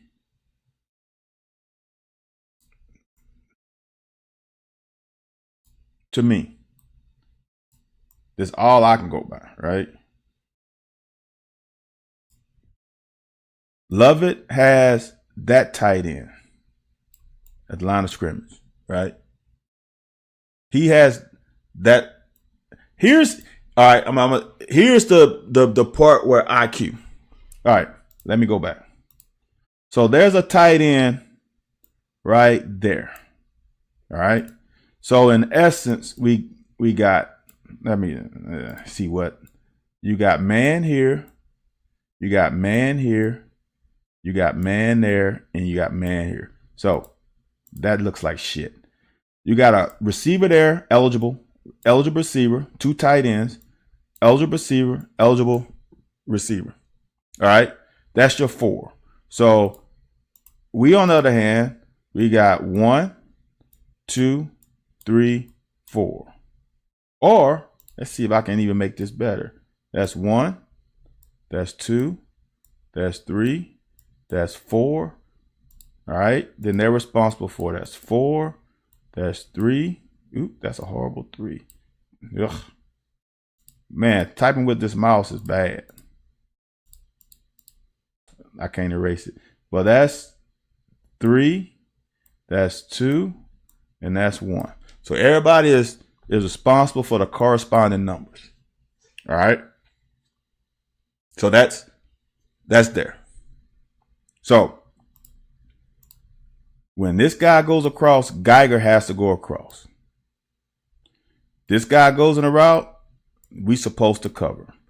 Now here, how's he got Bowers? How does Maxwell have Bowers? Because he's the number 1 to his side.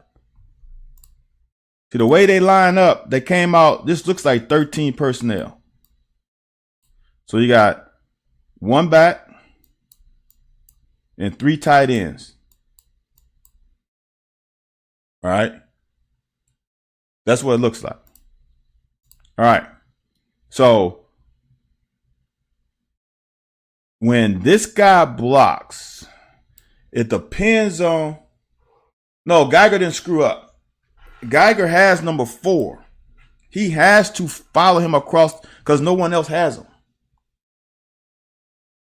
It looks like zero coverage, in my opinion. And I'm pretty comfortable. I'm 99.9999999. Keep on going with 9% sure that it's zero coverage. I'm almost 100%. But here's the deal. This is IQ, right? So if this guy blocks up, he has 2 things he can do. He can go, which is like a green dot. Linebackers do it all the time. When a back that they are responsible for a block, they can blitz. So Lovett got caught in no man's land. Either you gotta go, or you see him block, and then you free up. So in this instance, Lovett saw the block and he's coming, but then he reads pass right there. He reads that the ball wasn't handed off. Then he stops. So that's why I love it. Stops because he saw pass.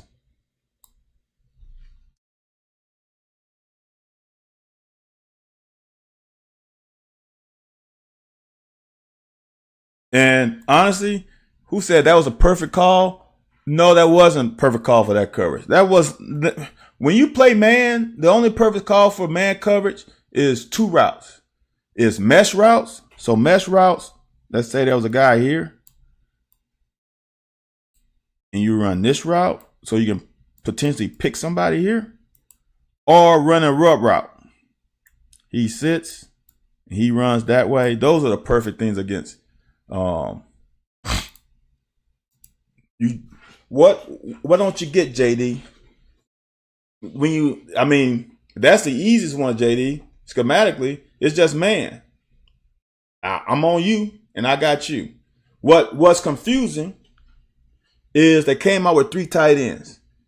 And oh no, JD. You have no choice. What are you gonna do? You're gonna take a linebacker and put out on him? See what? That's the formation. That's like you remember what was the kid, the basketball player, where we'll have him play wide receiver and he got all those PIs? That's trying to get your guy out in space. But who else are you going to want to guard him? Because Maxwell can jump and he's got good speed. I would rather have my corner on that tight end unless we're in the red zone. But then you still don't have a person who can really defend him out in space because he's a big receiver. Wagner, right? He's a big receiver. You can't put Trevor Wallace on him out in space. He's not used to playing man to man. That's the conundrum you have with a tight end that's a decent receiver. Bowers still, I want y'all to understand. Bowers is a great tight end, but he's not a great receiver. Don't get me wrong. He ain't, for example, like Travis Kelce and George Kittle. They can't go out and you can't put the best corners on them and they're going to eat. Their advantage when you put them on safeties and you put them on linebackers. You put Kyle Pitts on a nickelback, that nickelback is going to eat some too. Woo, boy, we're on 2 hours and we still in the first fucking quarter. I got to get this going, y'all. Or we'll be here to fucking midnight. Midnight, oh shit, we already hit midnight my time. But this is a great play. This right here is a great play design because you leaking lineman out, you influence with that, and he's got to respect it. He cannot not respect it. And then you bring Bowers in with these guys coming out in front, and he's got a blocker in front here. That's a great play. And for us to hold this to a manageable yardage is pretty good. That's good. No, JD, I've been. If that's the reason to slow down, shit. We were already at a damn hour and 40 minutes when you brought that up.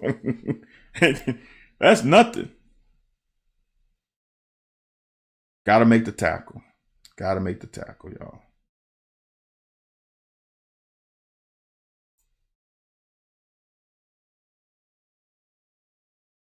That's just a great catch, man. I don't like, and this is just me, I'm going to just show you. I hate this shit here. And I think I know why, but we're in good shape and we just do that. We just put our hands on the shoulders and we slow down when you're in middle school, when you can't hug. I would rather you turn your head this way and get hip to hip and force him out of bounds. Because then I can look back. And if he mossed me, he mossed me. I don't like this technique, but he's there. That's a great ball. and great athleticism. There's nothing you can do about that. And he got his feet down.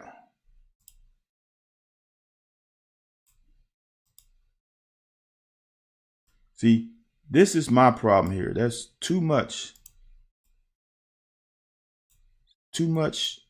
distance here, right? I don't like the distance. I don't like the distance. Right now, because they play that slow dance shit. Right now, I was taught to get that hip on that hip and force him out of bounds. See, that is. He's on scholarship too, for sure. But I think Max is such in good shape. If he closed the gap, he could force him out of bounds. He still catches it, but I think with a body on him, he goes out of bounds.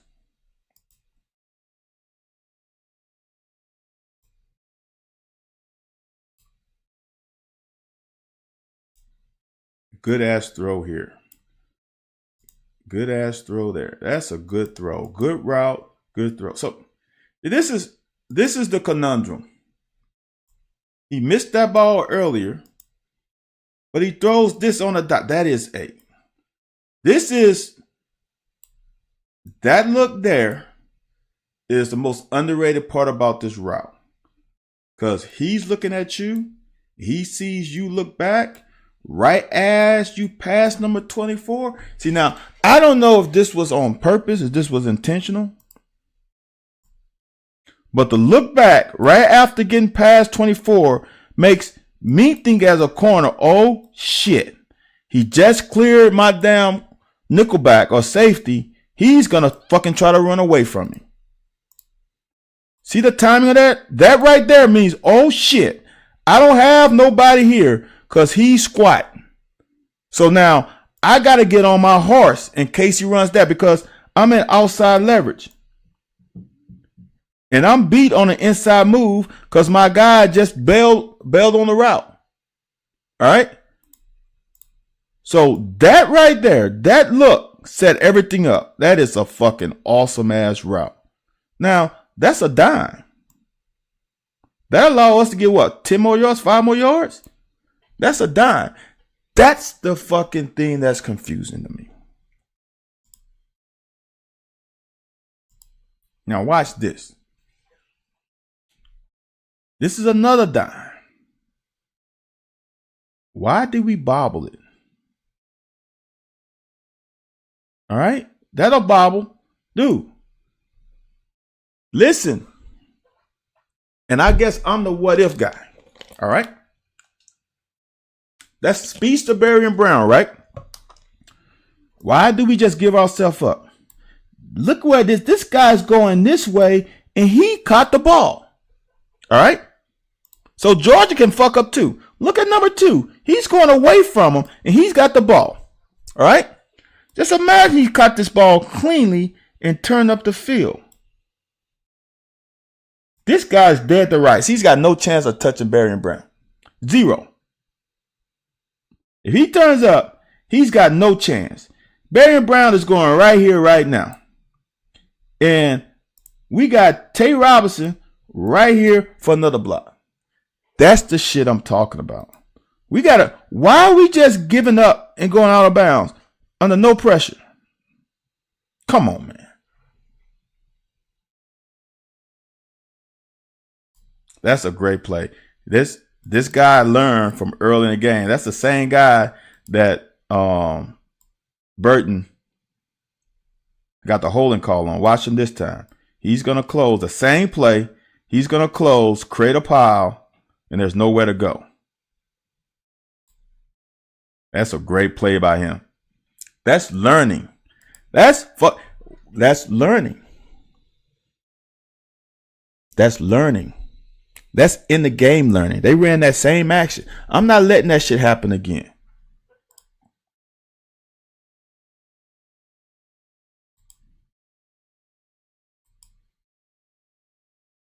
That's a miss. We still short of first down. But that's a miss. Where are we going? We got to go where he's going to be, not where he's at. You have no chance of making this tackle under here. That's, again, doing stuff that's not in the framework of the defense. Right? You got a linebacker that you need to turn in to, but you're going to go under. Why? You would never make that play. Ever. And Drew Phillips can't let him get outside. I don't care if this is fucking Kellen Winslow.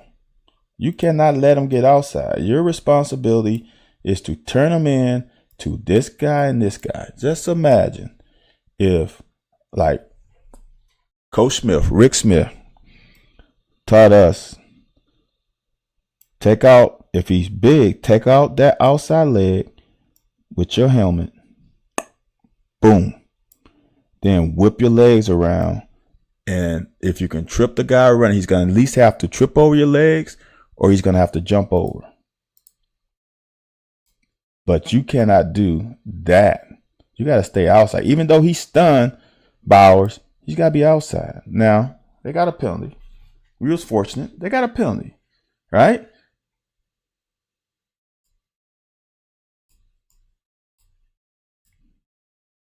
Remember earlier Georgia had that unblocked corner?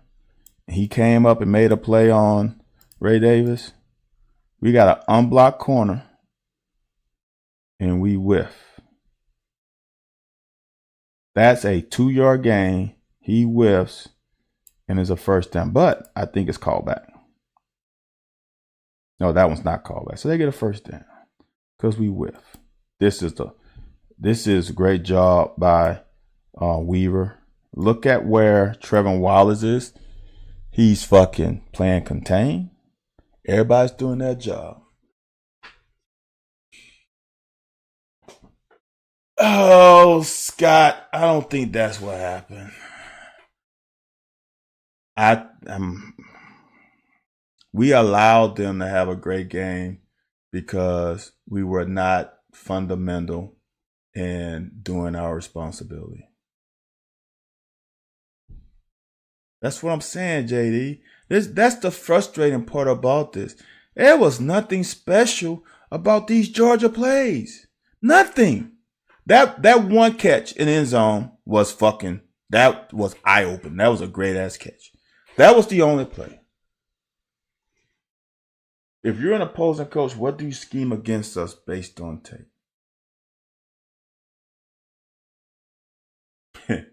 Which team are you playing? I will say this. I'm going to come out passing the ball because the run defense is pretty stout. I'm going to pass the ball. I'm going to pass the ball in to open up the run.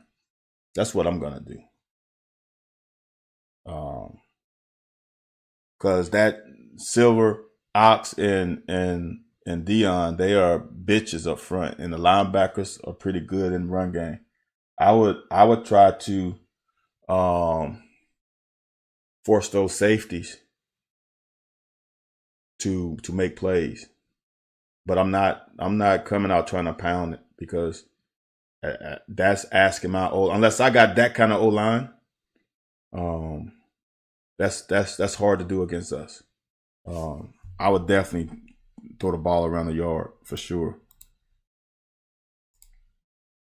So now we get some pressure, and we get a holding. We make a move off his line, and we play pretty good damn man-to-man defense. That's pretty damn good, and that's an obvious hold. This is a great job by Weaver. That's a great job by Weaver. Now we got him in fucking where we need him to be.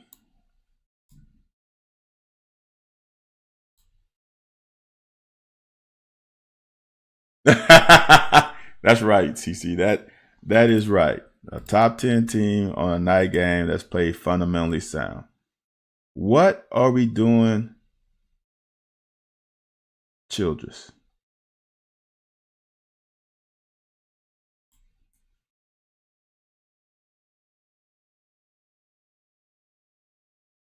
Finally, the second quarter, y'all. It took us 2 hours for one quarter. Shit. Now I'm gonna say this. This is pretty good DB work. This is pretty good. I'm gonna speed up, y'all. because it ain't that much. This is pretty good. This is almost excellent. Look how Jordan Robinson stayed square the whole time. He's not afraid. Look at the soft pedal. 1. He's not belling out. 2, 3. He drops. He's coming. That's good. And he made a solid tackle. That's all you want from your corners. Now we got a fucking chance to get off the field, and I'm serious. I'm 100% sure this is a result of 2021. This is all about 2021. This is all about. This ball was batted down. Why are we trying to pick the ball up? It wasn't a fumble. It was not even close to one. Makes no sense. We're running for no reason, and we get a fucking penalty. Keep us on the fucking field. No fucking sense. That makes no sense. And some of it is, all of it is on Dion. The reason why all of it is Dion is the one who fucking knocked the ball down. IQ. See, that's what I mean by IQ. You know that you hit the ball after you threw it. You know that. It'll be something if somebody else would have laid that block down. Maybe J.J. Weaver, because he didn't see the ball knocked down. Maybe he thought someone stripped it. But you knocked the ball down. Why? Why? You know why? Because you're frustrated. You know why? The moment's too big. You know why? Immaturity. That play is unexplainable. The crazy part about it, we did everything right in that series. They got the ball on the 20-yard line and they're punting. Our offense has a chance for a short field. Our offense has a chance for a short field. And now their offense is going to fucking score because they get a new life. Makes no sense. That's why I feel like we can beat this team on this field. Because we beat ourselves. We beat ourselves. Somehow we missed the fall on. No, I got it. Whoa. That's later. I think that's on the next drive. No, that was on this. I got it earlier. I might have just ran by. I don't know. I think I did talk about it, or I didn't. You might be right, Lake Dog. Yes, and we might have missed it. Where he pounded on the guy after he was down makes no sense. Makes no sense, man. So now it's hard coming out. It's hard getting reacclimated after something like that. All right, it's hard, and we don't do a good job of D-line, and they get. We're gonna run through this.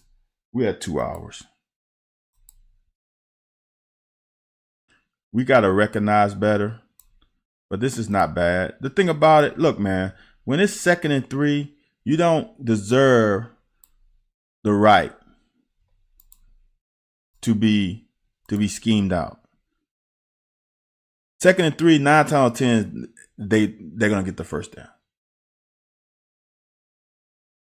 Now this is fucking. No, it's not this one.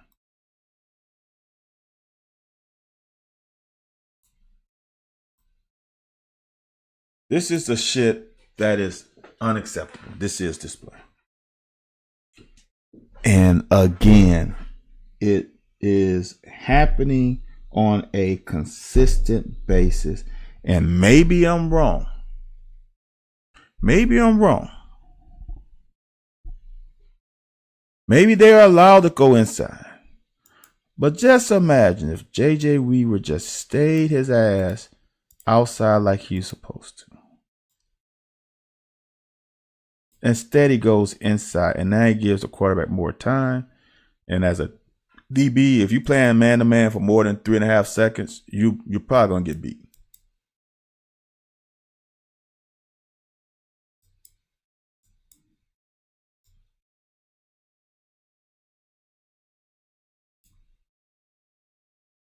We gotta just make this tackle.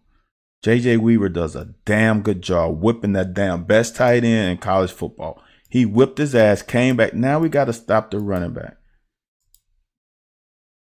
But he is on scholarship. And he does get like 4 yards. Then we jump. Then we quit. And this is just, man, it's just, I hate doing this to Max. But I'm going to say this. His technique was the best I've seen in the plays that he's been highlighted. He's square. Look how shoulder square. He only turns it right when he's about 2 to 3 yards on him. Right there.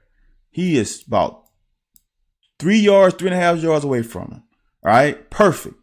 On top of that, he gets a jam. Right? So now he's hip to hip. Now that's winning position. You have every right to look back now. But we don't.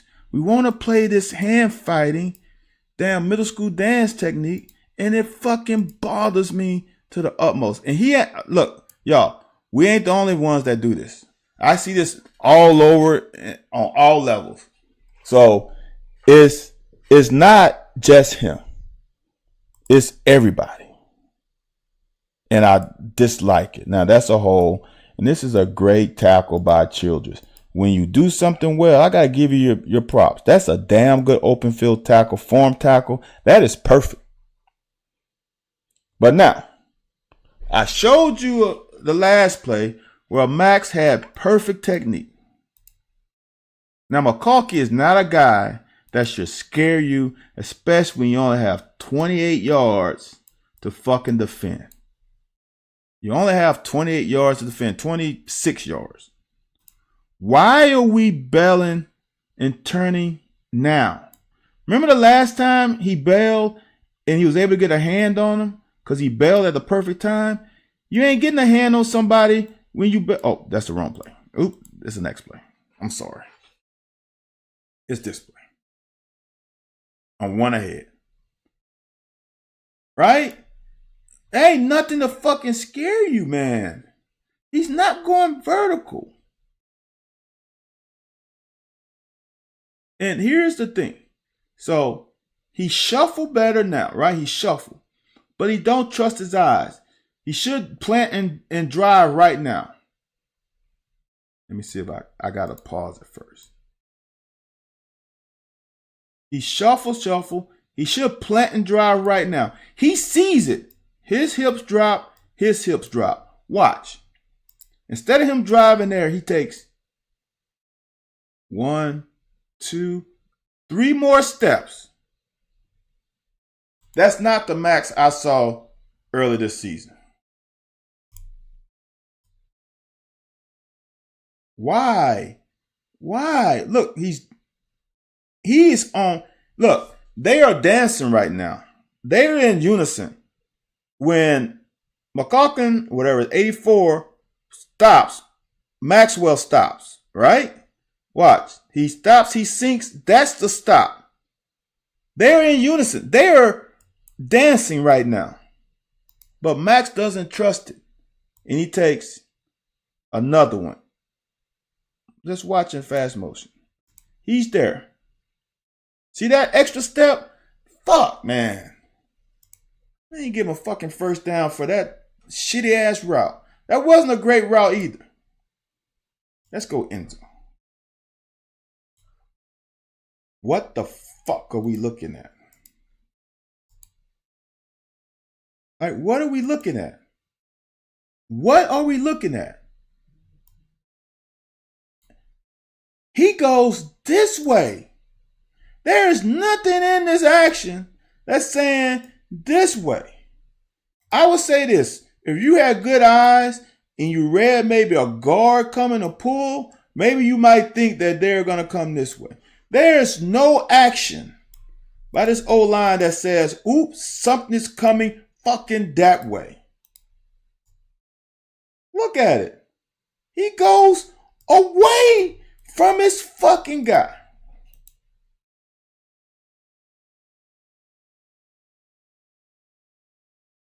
Where are we going? Where are we going? Where are we going?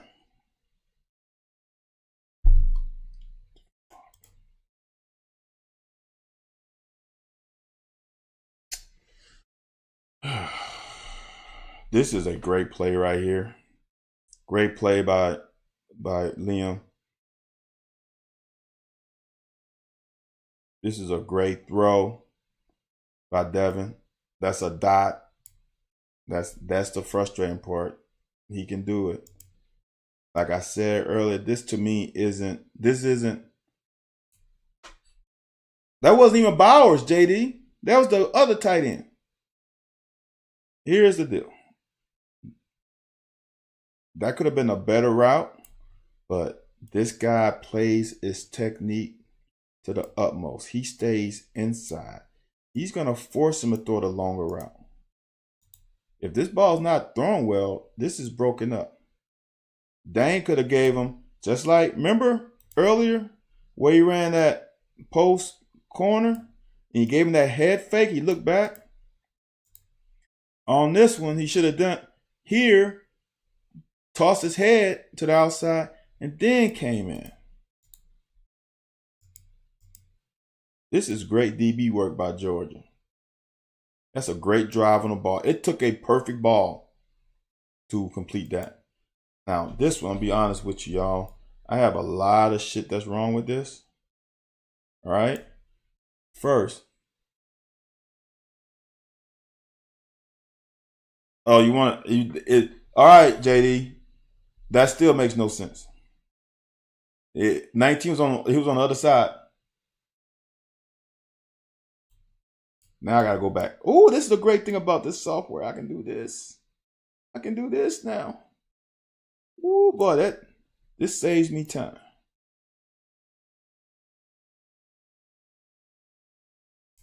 All right, JD. No. See, I got the software. If I was on the old software, I couldn't. All right. If you're looking at Bowers, right? If you're looking at Bowers, that's not your job. This guy is your job. Let me see from the end zone. Because I still don't think he was looking that far away. Okay, man. Okay, I'm gonna give that to you, JD. That's still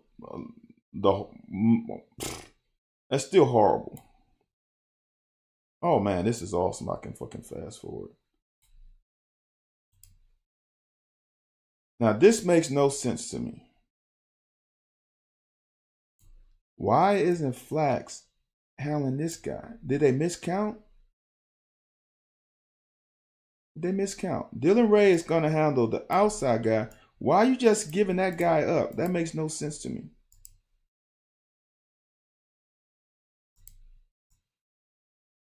Now you're blocking nobody. And you just let him go to earhole your quarterback. Now here's the other part I don't get. Is Demi supposed to sit here? Or he supposed to run the wheel route? This is also interesting to me. Why is he sitting? Because he saw, did he sit because this guy was over the top of him and the pass supposed to be completed here? It doesn't look like Devin Leary is throwing a stop route. It looks like he's throwing this route.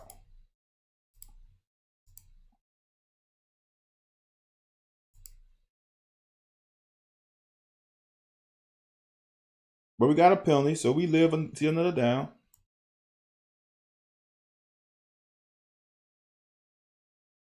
Drop.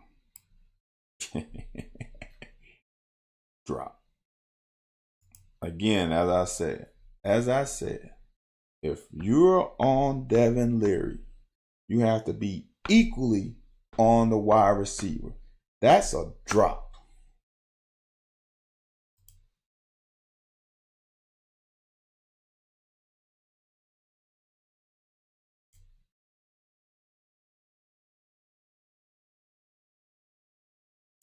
This is a poor ass route. Same thing as earlier. So there is no adjustment and running routes.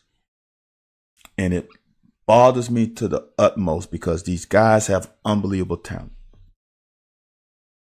Barry Brown goes up, fake stick, and then goes out. So me as a corner, I'm going to see back in the day, we would have pushed your ass out of bounds. Look at the route. He releases straight at him and then runs away from his leverage, which is what you want as a corner. If Jock Green would do this to me, I'll be happier than a runaway slave. Oh, that is perfect. You just doing what I need you to do. I'm not stressed at all. That's a piss poor ass route. I'm sorry. It's late, and that's just where I'm at right now. That was a piss ass route. You gave your quarterback nowhere to throw it. You ran yourself on your own out of fucking bounds. That DB didn't put not one hand on you.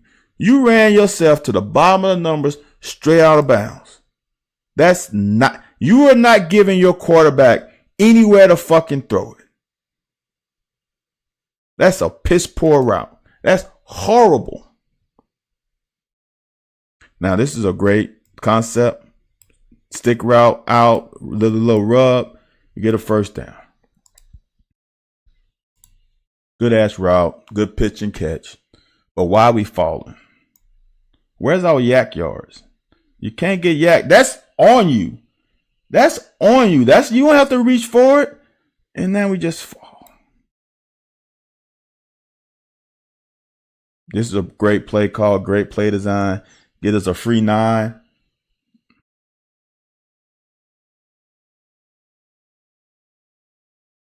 Now that's a hard throw. It looks like it's easy, but they want this because they trying to screen, but they want to get that ball right here for a touchdown. Well, Georgia does their job.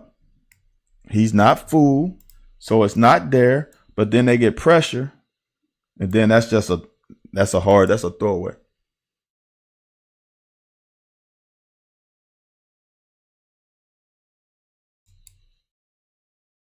Now we get a great run play, great run block by Dingle.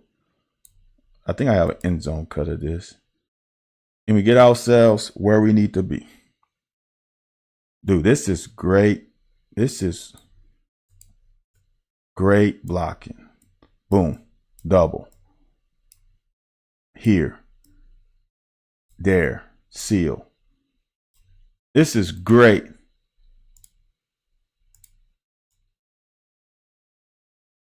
Boom, boom. Look at that hole. That is great fucking blocking. And now we're in first and goal. Are they not throwing the short stuff? It seems like success rate is pretty high on these. Yeah, man. Liam is wanting to push the ball down the field. That's obvious of what I've seen this year. He wants to push the ball down the field. He ain't about making a safe throw. Now, I'm surprised Devin Leary didn't throw this ball right now. I'm really surprised because that's a touchdown right there. That's an easier throw because he's ready to throw it. He is not going to stop this ball at all. All right, I'm surprised by that. But he throws a fucking dot on his corner route. That's high level. Back corner, perfect. If he throws it behind him, this ball's not caught. But Ray Davis is open right now. He's rolling to his right. He can throw that ball right there. But he picked that one. And I'm going to tell you something. You cannot throw that ball any better. That's a dot, man. So now, here is the deal. It's the same thing. It happened at LSU at Missouri game. Missouri came out and dominated that first quarter, really almost the first half. Then LSU got it within one possession. It was 21-7.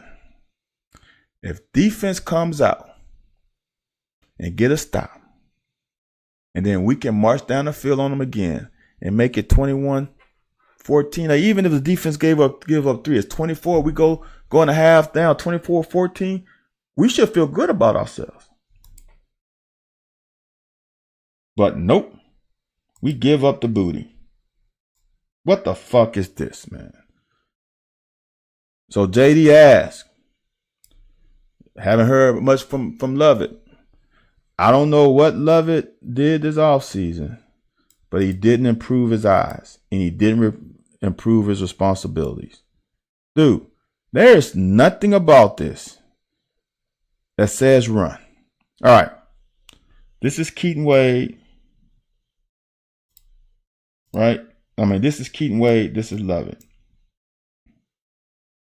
I guarantee you that Keaton Wade isn't supposed to be above Lovett in coverage. I guarantee you. But why is Lovett? Why is he driving this? Explain to me, why is he driving it? That quarterback doesn't look over here at all. There's no eye contact with that. What is making you drive this? You know what's frustrating? And this hardly ever happens. The linebacker's in a fucking good drop. And the DB is horrible. Look at Keaton Wade. He's in a drop. He's wondering who the fuck is behind me. Beck never looks this way. Ever. Well, y'all. Makes no fucking sense. Now, here's the funny part. It's not funny. So, Keaton Wade right here, the ball's thrown. Watch him look back. He saw that? He's like, where the fuck are you? Look at that. Look at that. Look at that. Right there. Keaton Wade's like, are you fucking serious? He's like, dude, he's got the question mark above his head. He's like, what the fuck? Really? Are you serious? You are. Here's the worst part about this. This is a fucking linebacker. The linebacker breaks on the ball and he is in front of the fucking safety. Makes no fucking sense. This is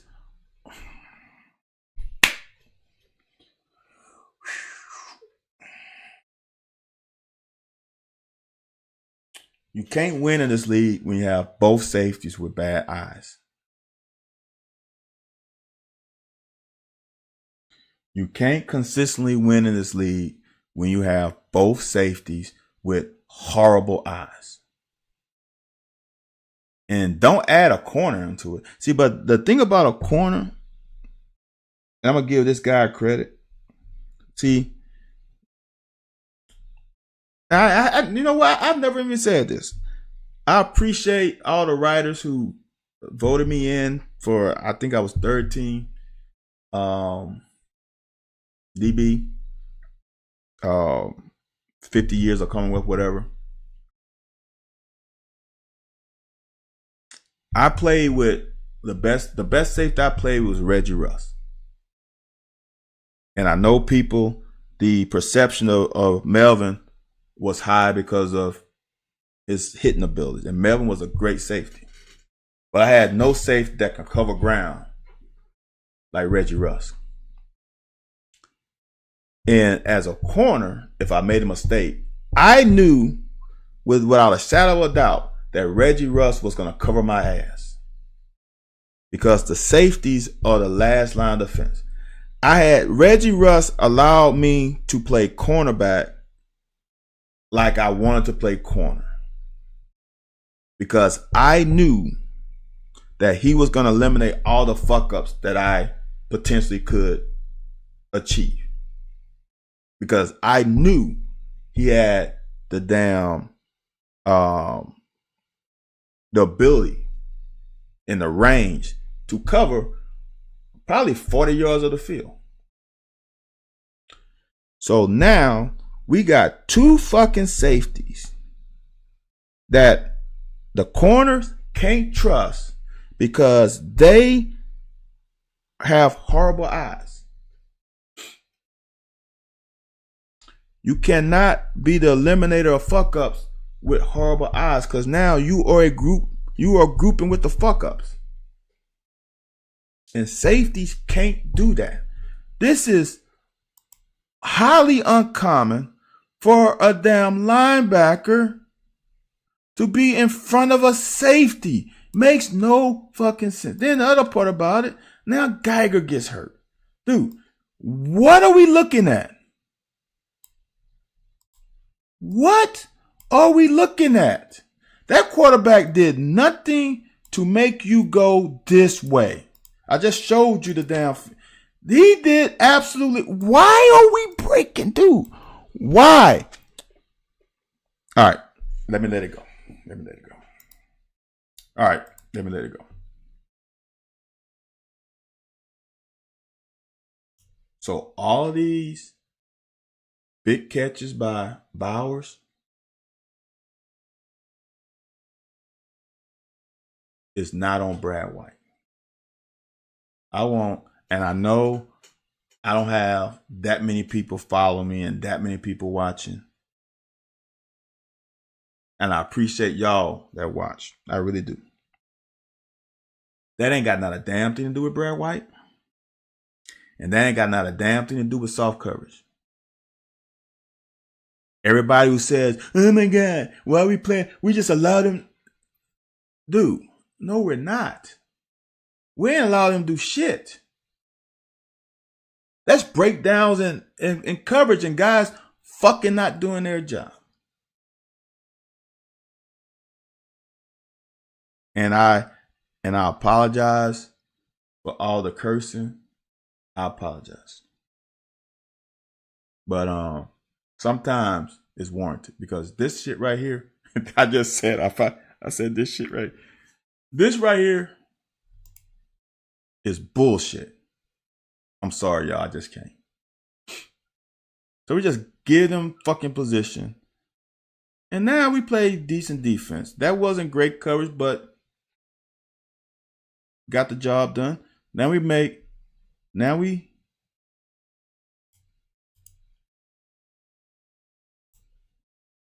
I think Scott was saying the safeties had a bad game. How many missed tackles did they have?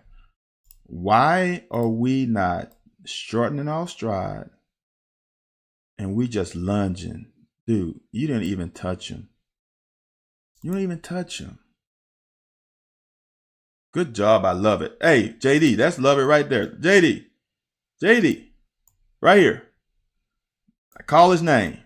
That's a good tackle by Jordan Lovett. That's a good tackle. See how he chopped his feet, brought himself under control? Boom. Good tackle. Awesome. There you go, JD. There's your Jordan Lovett.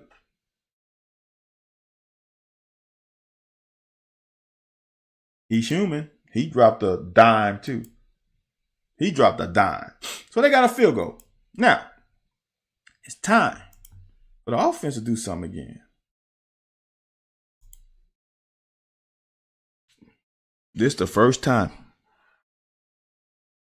in this game that I can say IQ was huge. This is IQ. I'm going to show it another way. This is IQ by Dan Key. All right. Watch. Dan Key, you see him. He's hitching. And he's gonna stop on the bottom of numbers. This guy guards the curl. Perfect coverage. This guy is check. But like I said, offense has the advantage. Instead of Dan Key continuing in here or possibly trying to get around him, he just shuffles to the sideline and creates a nice little throwing window for Devin Leary. Because no one's open. If you look at it, no one's open. That's a great ass.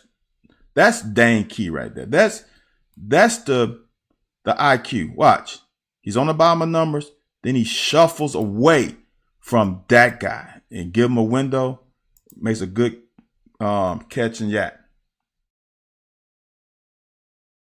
Woo! All right, I'm gonna show this for another one. But then he comes with this bullshit. All right. If you have watched all these gurus, wide receiver gurus, and these damn release bullshit, this right here, with that guy playing inside leverage, does fucking nothing. That is nothing. That's not a fucking good release. So now, that release is valuable. It's valuable if he was playing outside leverage. Then you skip, presses outside leverage, right? Come underneath, then climb back on top of him. That's the release. You don't run the release anytime you want to. You run the release on certain shit. Let me see. Make sure. He is not outside leverage. He's at best head up. I just wanted to confirm. All right? That guy is not under stress at all. You did that bullshit, and he stays inside because he's okay with you going this way. He don't want you to come that way. And you just go right into his trap. Then he gets a hand. And now look, you give Devin Leary nowhere to fucking throw the ball. You on the damn sideline. All right? Now watch this. Remember all that shit I've been talking about. I've been talking about this right here. All right? This is what I was talking about. Know how Maxwell, where he turns his head this way and he puts his hands on his shoulder and they fucking dance down the sideline? This is the technique I'm talking about. He's in good spot. He turns and he goes hip to hip and forces him out of the sideline. This is the fucking technique I'm talking about. See, this technique eliminates the back shoulder fade. Because if my hip is on your hip, I can feel when you want to stop. Now, if it's a good throw, a great throw beats great defense 100% of the time. But this is way more conducive to being successful than the other way, in my opinion. So, I know I was talking about this a lot. This is the example. He's in perfect situation. He's in phase. He puts a hand. He's hip to hip. And now he's turning this way with a body on him, trying to force him out of bounds. This is for me, this is perfect technique.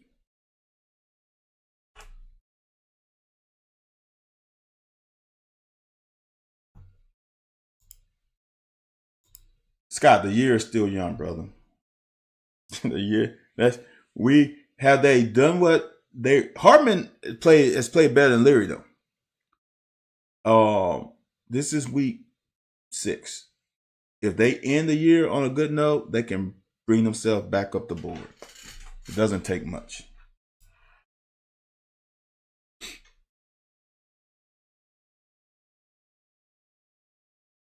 I don't know what that was. Bad throw, bad route, combination of both.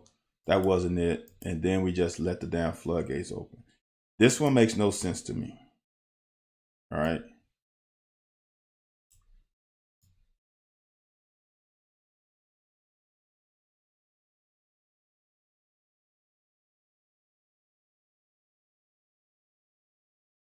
We just let guys go. It's no way. Well, I take that back. He should have the back. He should have the linebacker. So I think Cox did right. Cox should have this guy coming around. All right. So now Flax and Burton should be hip to hip. Now Flax should be looking outside for this guy. So I think Davis messed up, and then Flax doesn't get to there.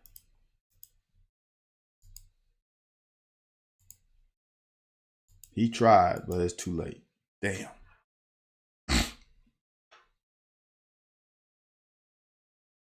Gotta make that tackle, love it. Where am I? 236? Shit.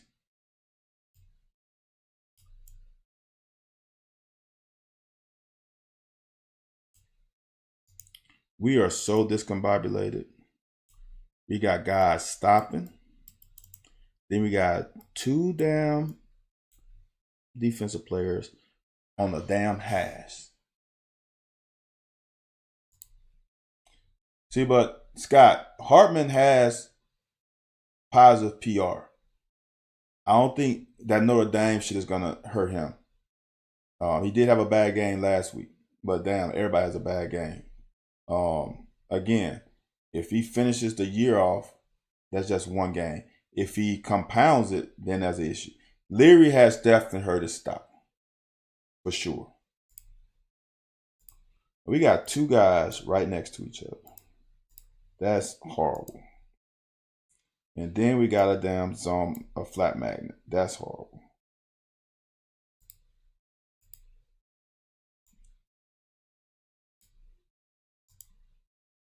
We are too worried about this instead of get in your fucking zone. And that's Andrew Phillips. That's a damn DB. That's not a linebacker. What are we doing? I'm pretty sure. This is what I'm going to tell you. And I'm pretty sure of this. And this is why this is horrible. So, I don't know what Keaton Wade has because he's, I think, in here. All right. This looks like a little 3D. I'm not sure because I can't see the whole field. I'm pretty sure he has curl to flat. And when you have curl to flat, you have the damn wheel route. See this route? That's you. What are you doing? I'm sure you don't have hook. I'm pretty sure. Okay, but let me go back because I could be wrong. The only guy. No, I'm right. I'm 1,000,000% right. Because I thought there was somebody else out here. That must have been the other play. We're in 3 deep. He's got deep third. He's got deep third. He's playing press bail. So that means you got curl to flat. And you fucking pee down your leg. So curl to flat, right? And I knew he was wrong, but I'm just seeing it again. So this linebacker is working to the hook. You got curl to flat.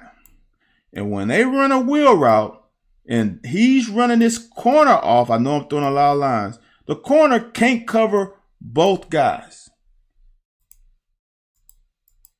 See, that's the only bad part about it. I can only rewind once. So he can't cover this. That's under that. He's got to be on top of this one. Right? So the rules are, if you got curl to flat, you have the wheel route. You got to at least be underneath it. And where Andrew Phillips is, here's the thing. Watch him look at him, right? See that little peak right there? He should be here. See, if he got in a fucking good drop, he would be about right here, and then he'll be able to see the guy fucking go up the field. It's fucking, so fucking bad, man. This is so fucking bad. I'm gonna say, all the shit I said about Childress today, this is a damn good play for him to come out of center field and make this play on the sideline. Andrew Phillips should be lucky because this is fucking touchdown. Because he's running away and that's going to take him away. But Jordan Robinson's got to see the ball thrown too. Ball's thrown. He shouldn't still be running down the field. He should be stopping, folding back. That shit don't work against the #1 team in the nation. Fuck, man.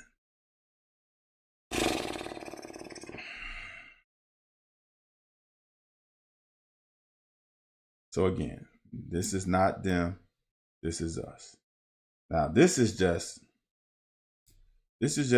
they're going to make plays too. That's a good route. Come and make the tackle. Get them down.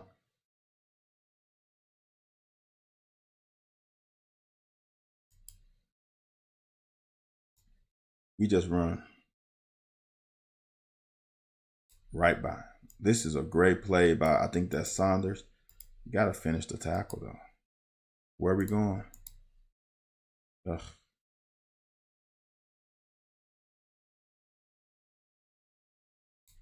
So this is all kinds of foolery. Because how can we have a gap when we got an A gap filler? I'm pretty sure you have this gap. If I'm wrong, I'm wrong. Either he's got B gap or he's got C gap. He doesn't have, watch, we get 2 people in A gap. If he does have A gap, then we got to get this guy over. Now, the other thing is, what are we doing? This is easy to me. In this goal line, you got to be coming. There is no way, because shit happens quick. When you see this,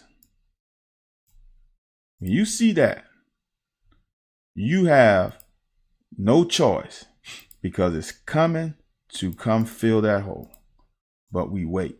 And I don't know why. We just went this way. Why? That guy, you got to trust your teammate.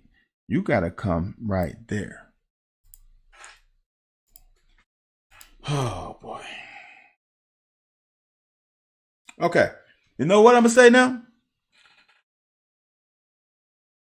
I appreciate y'all for forcing me to get a new software.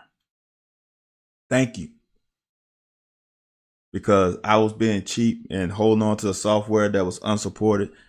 This is so much better because obviously it's supported and it's not hanging up on me. Again, I'm not going to, yeah, I'm going to fucking show it again. Why? We had almost 3 hours anyway. Again, I want you to check out the release. So we have to know, does a new software draw good fence? Let me see. Let me see if it'll draw good fence. Let me see, y'all. They got some new shit on here. Not new. Let me see. Ooh, what? Let me try this. Maybe if I do this.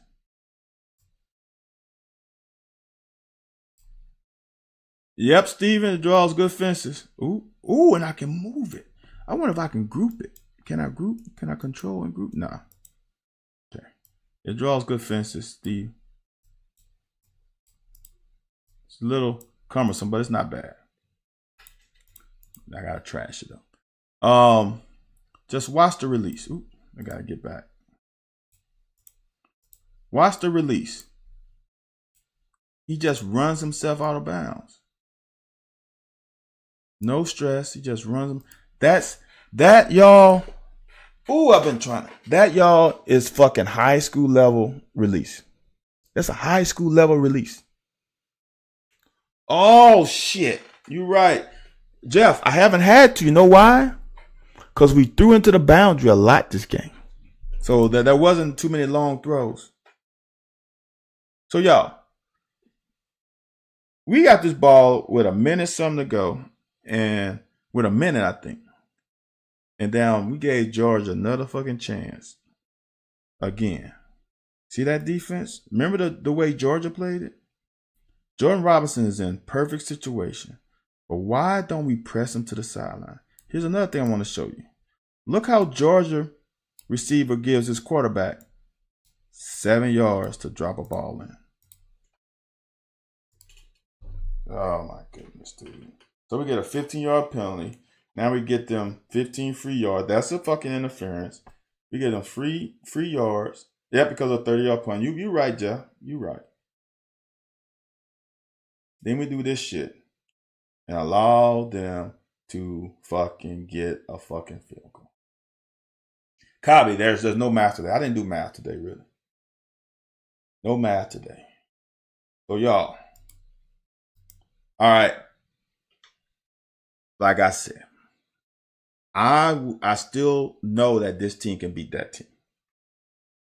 I hope that I showed you how this defense just screwed themselves over. Georgia did nothing great offensively. Not great is not the right word. They did nothing revolutionary with the scheme to be like, oh man, they just out schemed us. Mike Bobo just did some that we've never seen.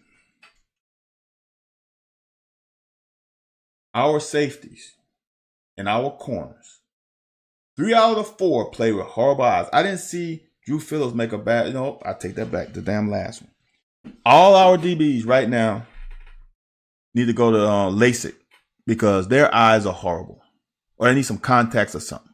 They need something. Their eyes and holding on to your responsibility is what made this defense look bad. This is on the fucking secondary.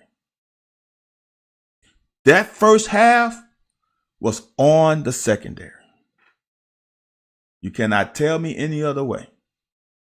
That first half was on the corners and the safeties. And them fuckers scored 34 points. You know what's great about all this is I learned to not gamble anymore because I would have lost a lot of money.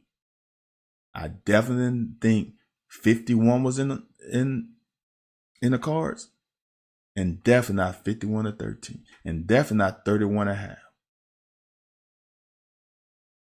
Copy. And then I end on this. The moment was too big. They tried to do things that was outside of themselves. I don't think they have low IQ. The safeties have bad eyes, and that's been proven all year. I don't think they have low IQ. I think the moment